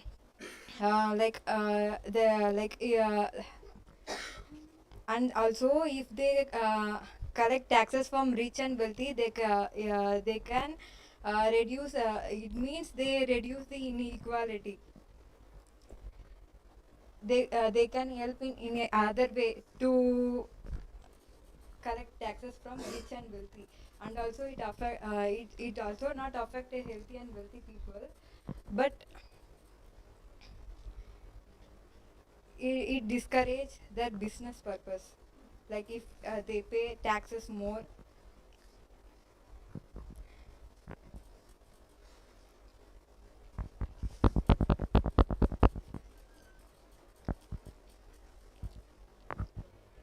And if they rich and wealthy taxes more, and they reducing inequality and increasing government revenue, and if the government help that too who has not wealthy or rich, it will be equal.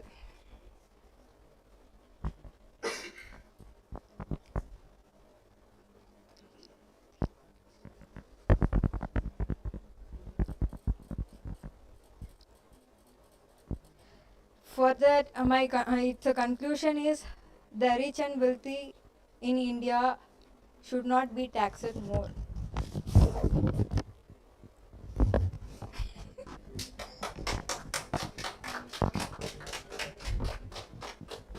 Okay. Open for attack. Should the rich and wealthy in India be taxed more? Tax. Should the rich and wealthy people in India be taxed more?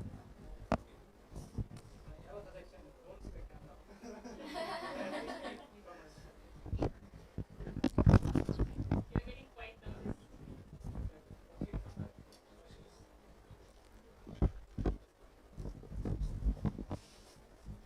All our work living with you, studying with you, struggling with you. Then why do you want to have that much of nervousness? They also make mistakes. No problem. We will learn from their mistakes. Okay, anyone? Some of you are taking soft knowledge. Don't want to clear, huh?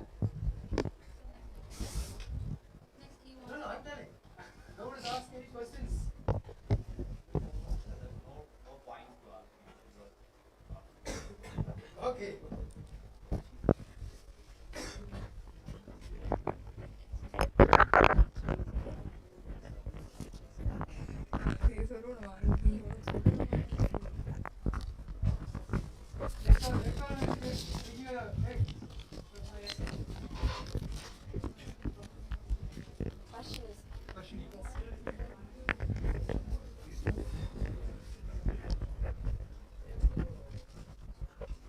good evening everyone. My topic is, does India need bullet trains? So actually I'm not that aware of bullet trains, so I'll just discuss about some points that I would like to share with you. I think that bullet train,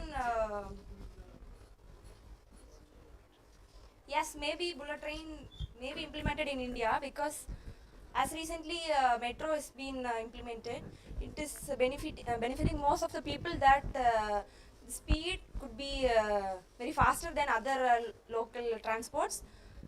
The same way bullet train could also be even more speeder for even long distances. Most of the people, the number of people that could, like in public transports, we get very few buses or whatever may be. Only few number of people will be able to get from one place to another. While it is coming to train, and that too in bullet train, the speed will increase with more number of people, so everybody could get beneficiary out of this. So I think it would be good. As I'm not aware, I could not share much more points. Guess you won't have any questions too.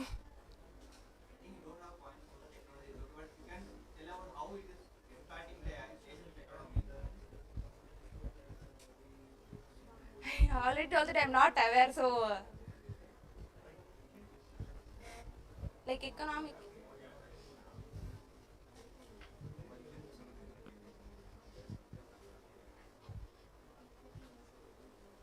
Don't want to go about here. Actually, you know that more people when interested that values to be increased, right? Yeah. So I couldn't able to understand. Can you explain some examples how it will be helpful? No, I don't understand. Sorry. Like you said, here needs bullet train, right? The agreement on train.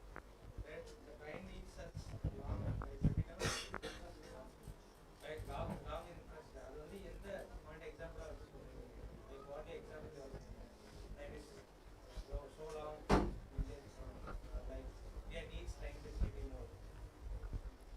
Why are we preferring that bullet train is needed in India? From your point of view, that's the question. So we have flights, so that is not economical, and not all people can afford that. So if bullet train is implemented, I guess it will be economical for traveling. I understand your point that the infrastructure is too long to implement, but I don't have an idea on it.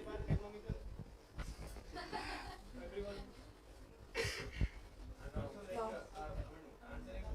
You can validate this kind of where the more than the passenger train are from the Indian Railways, the more goods trains are there comparatively.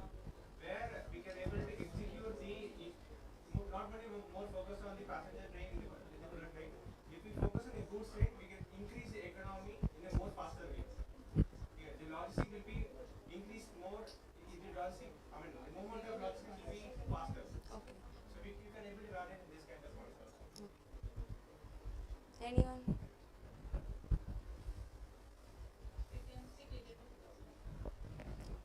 Okay, released.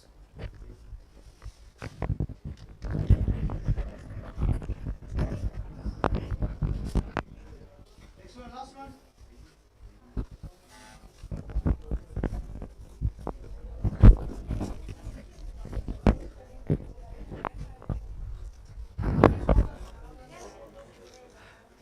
Okay.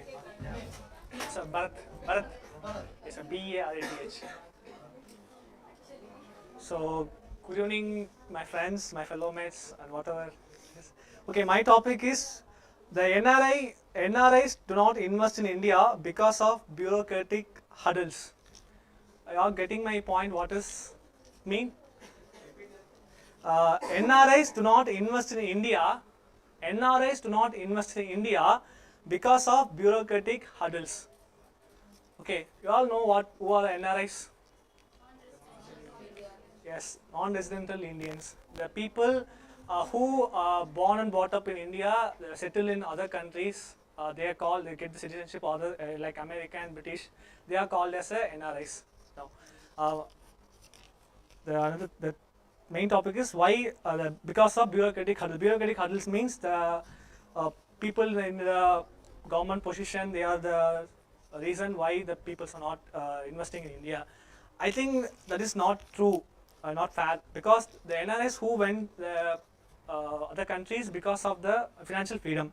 Most of them people are from, if I said, it's a person born in a poor family, they study hard to get a good job, then he get a chance to settle in the abroad country for a good life. So it take nearly one generation to fill the gap, to live a better life. That is the first thing. The next thing is the country who the people live, the country put some constraints. Maybe the 5-4 years back I heard something, even the American government put some constraint on Indian CEOs who are in the US. The American government said they are not allowed to invest in India because they earn in money in the US, so they have to pay taxes in the US only. They are not allowed to invest in other other countries. That is the country the people live. The country put that in India, like NRIs, and we are Indians are invest in other countries, and Indian government take the initiative to attract the NRI investors. So that's all about the thing. Any suggestion or any questions or any criticism?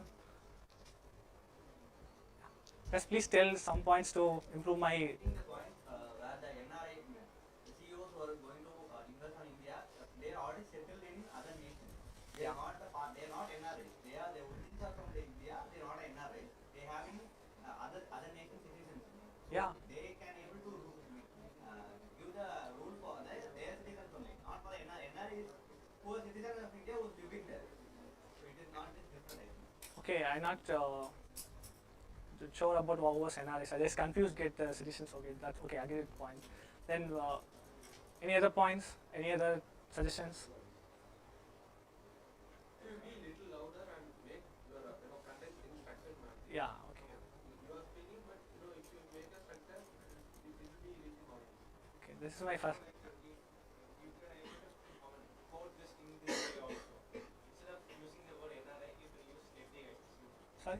FDI, foreign direct. Okay, yeah. Also, when it comes to NRI people, even they want to come into the country, but the process in India is very long because of political will. You can add these points. Like in foreign countries, it is like very much transparency is there and people can get everything very fast. But comes to India, it takes a long process where everything goes out of hand. For example, a road which need to be done next year, it takes 5,000 crore. It takes at least 2 years postponed, and the amount is got double, triple. That is the worry even for the NRI also. Like if they put some amount in a particular country, it will get double, triple. They won't get profit, they won't minus. I think the taxation slab for NRIs. If we earning money in India, in the territory of India, the taxation slab is different. But we are going to other nation and earning more. So the taxation which we get the money we pumping into our economy, we going to start up a manufacturing. It's a different. So that's why they had a thought. Why we need to invest in India. More in the Indian territory. There is also one other problem where our infrastructure is not well developed in some of the cities. So the people is coming and investing, they need to invest more so that they will be making the outer structure a proper one for people to live. And also then they want to build a organization or a company where they need to. Yeah, I agree with your point. At the same time, yeah, the government, all the government, even taking the union government or state government taking initiative, they are providing the the new like a new environment, like tidal parks and the industry areas are constructed. The government take it to keep on the initiatives that government take. Then you'll see the future. Maybe all the cities have the facilities. Now only the tier 2 cities have the facilities. In future. What exactly why the NRIs are hesitating or maybe they're reducing? No, like mention the topic, the bureaucratic hurdles. They are mentioned in the why the term. What is the reason? The bureaucratic hurdles is given the topic, but I disagree that not 100% the bureaucratic hurdles. Some other factors also influencing the NRIs to do not invest in India. Not 100% the bureaucratic, because the government is taking much more efforts than we think. We are not aware of the who know the ground reality. That is why some geopolitical things also affect. That is okay, but not only investment, but some people who are work in the other countries like Gulf, they are giving the money to the family. I don't know the exact term. What is the India is the topmost in the world. Nearly 500 billion we are getting from the fund act investment, not the like an investment. They are spending. They're given back to the families. That's all. Okay, next.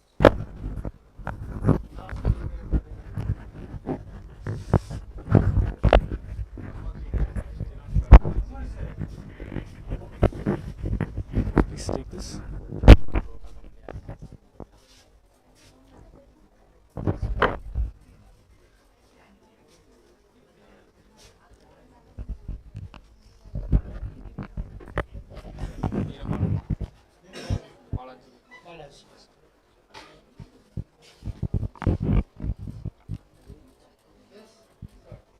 Good evening, everyone.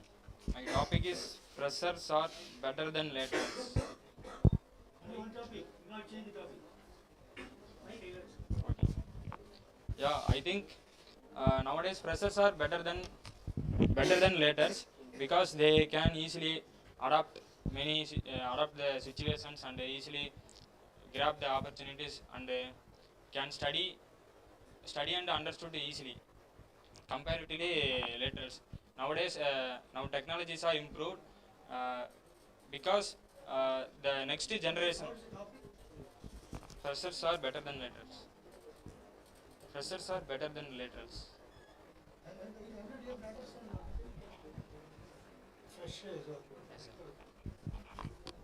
Nowadays the technologies are improved because the next generation want to improve their technologies and they have some aim because of our seniors made some create some for example some our seniors create some score means the next generation want to achieve that score more than previous year and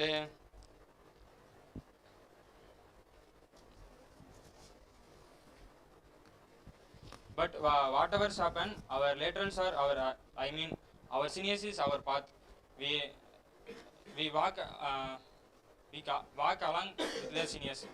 For example, they only teach us and but they only teach us, but we will they expect we want to improve more than our seniors.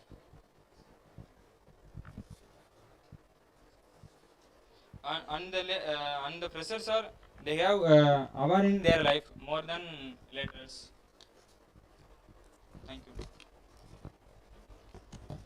Any questions?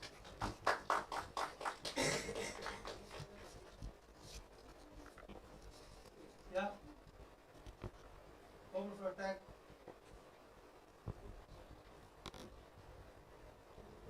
What do you understand by the term lateral and freshers?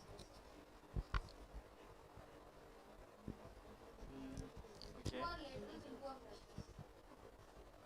Laterals means our father, grandfather, like that in generation. Read your question. Freshers are better than laterals. Like I perceived it like they are referring it to the term in any companies like freshers joining and the laterals who are already there in the company. Is it that correct? Yeah, because like it doesn't suit in generation or something. I think this is the thing. Is it? I'll come and explain the thing later. I say just for example. Okay. In my perspective, what I want to tell is like since technology is developing, the freshers have more knowledge about the technology and everything, so they can perform better in IT fields and everything. That's why people after 35 years are not more validated in IT fields. That's why they get oops or something. Okay. So that might be the reason. That's why laterals are being like, not that much recognized unless they have some more skills to project with. Yeah, but if you invent some invention mean your juniors will also know about that invention and they grab that your I mean உங்ககிட்ட இருந்து கற்றுக்கிட்டு அவங்க இன்னும் கொஞ்சம் உங்களோட improve பண்ணிடுவாங்க அப்படிங்கிற விஷயத்தில் அவங்க வந்துட்டு உங்களோட கொஞ்சம் பெட்டராக தானே இருப்பாங்க. Also, like you can add upon during this COVID time, all the younger teachers were able to access the laptop or anything, but the teachers who are very old were not able to access the laptop, so that they didn't conduct online classes also. Because like that also in account that performing more better than the laterals. So if that is the case, then why the experienced people are still in the companies? Because It requires there are skill two things. development also, no? Yeah, of course. It's not that. Yeah, of course. See, there are two things. One is the skill and one is the see the freshers. What freshers can do is like they can invest more time for work. But what laterals like what No, no, no, no who don't have interference there. who have the experience, the experienced people can't do use much of the time because they will have some family commitments and all. So that is the only main thing. That is the only thing. Otherwise, both are doing the same work. Even more work efficiently. They can know the answers well. They can solve the problems very well, and they can help the freshers also to do the same. Of course, to train the freshers, you need experienced people. Yes, but in some place where it's contradicting is when it comes to place of technology, even the laterals cannot handle some kind of technology advancement because they are not aware of that. So in certain cases, only freshers can perform more. I mean, from my perspective, but because like they are good in problem solving, laterals are good in problem solving. But when it comes to a technology wise, but freshers only are moving. But in real scenarios, in the army which I was working also, there will be many technologies coming. So the people should be upgraded frequently. They will be upgrading. It is not that freshers are getting more upgraded than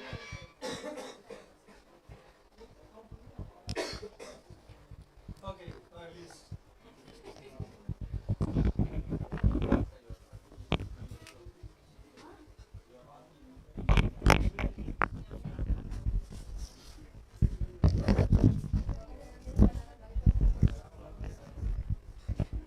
Good evening, everyone. My topic is juvenile crimes are increasing day. How to curb them?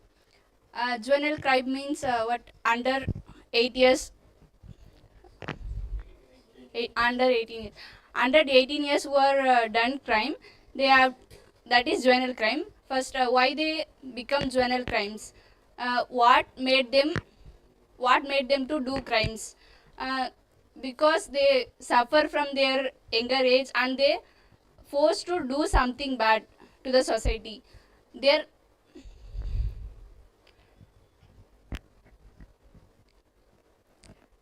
we have to increase that juvenile crime. We have to decrease the juvenile crime by educating them, and we have to able to give them counseling, and we are by giving proper education. We have to increase. We have to decrease that juvenile crime, and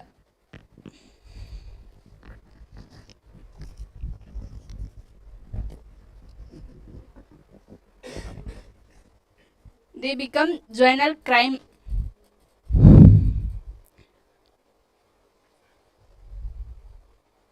Because of various causes, they become juvenile crime. They forced to do because they suffering from their homes and they came to work like child laborers and they need some money to survive. That's why they easy way to get money to involve in crime. They don't know even they're doing good or bad, but what they think, what they need, they have to afford. That's why they become juvenile criminals. To decrease that, what we have to educate like that, some counseling, we can decrease that rate. That's it.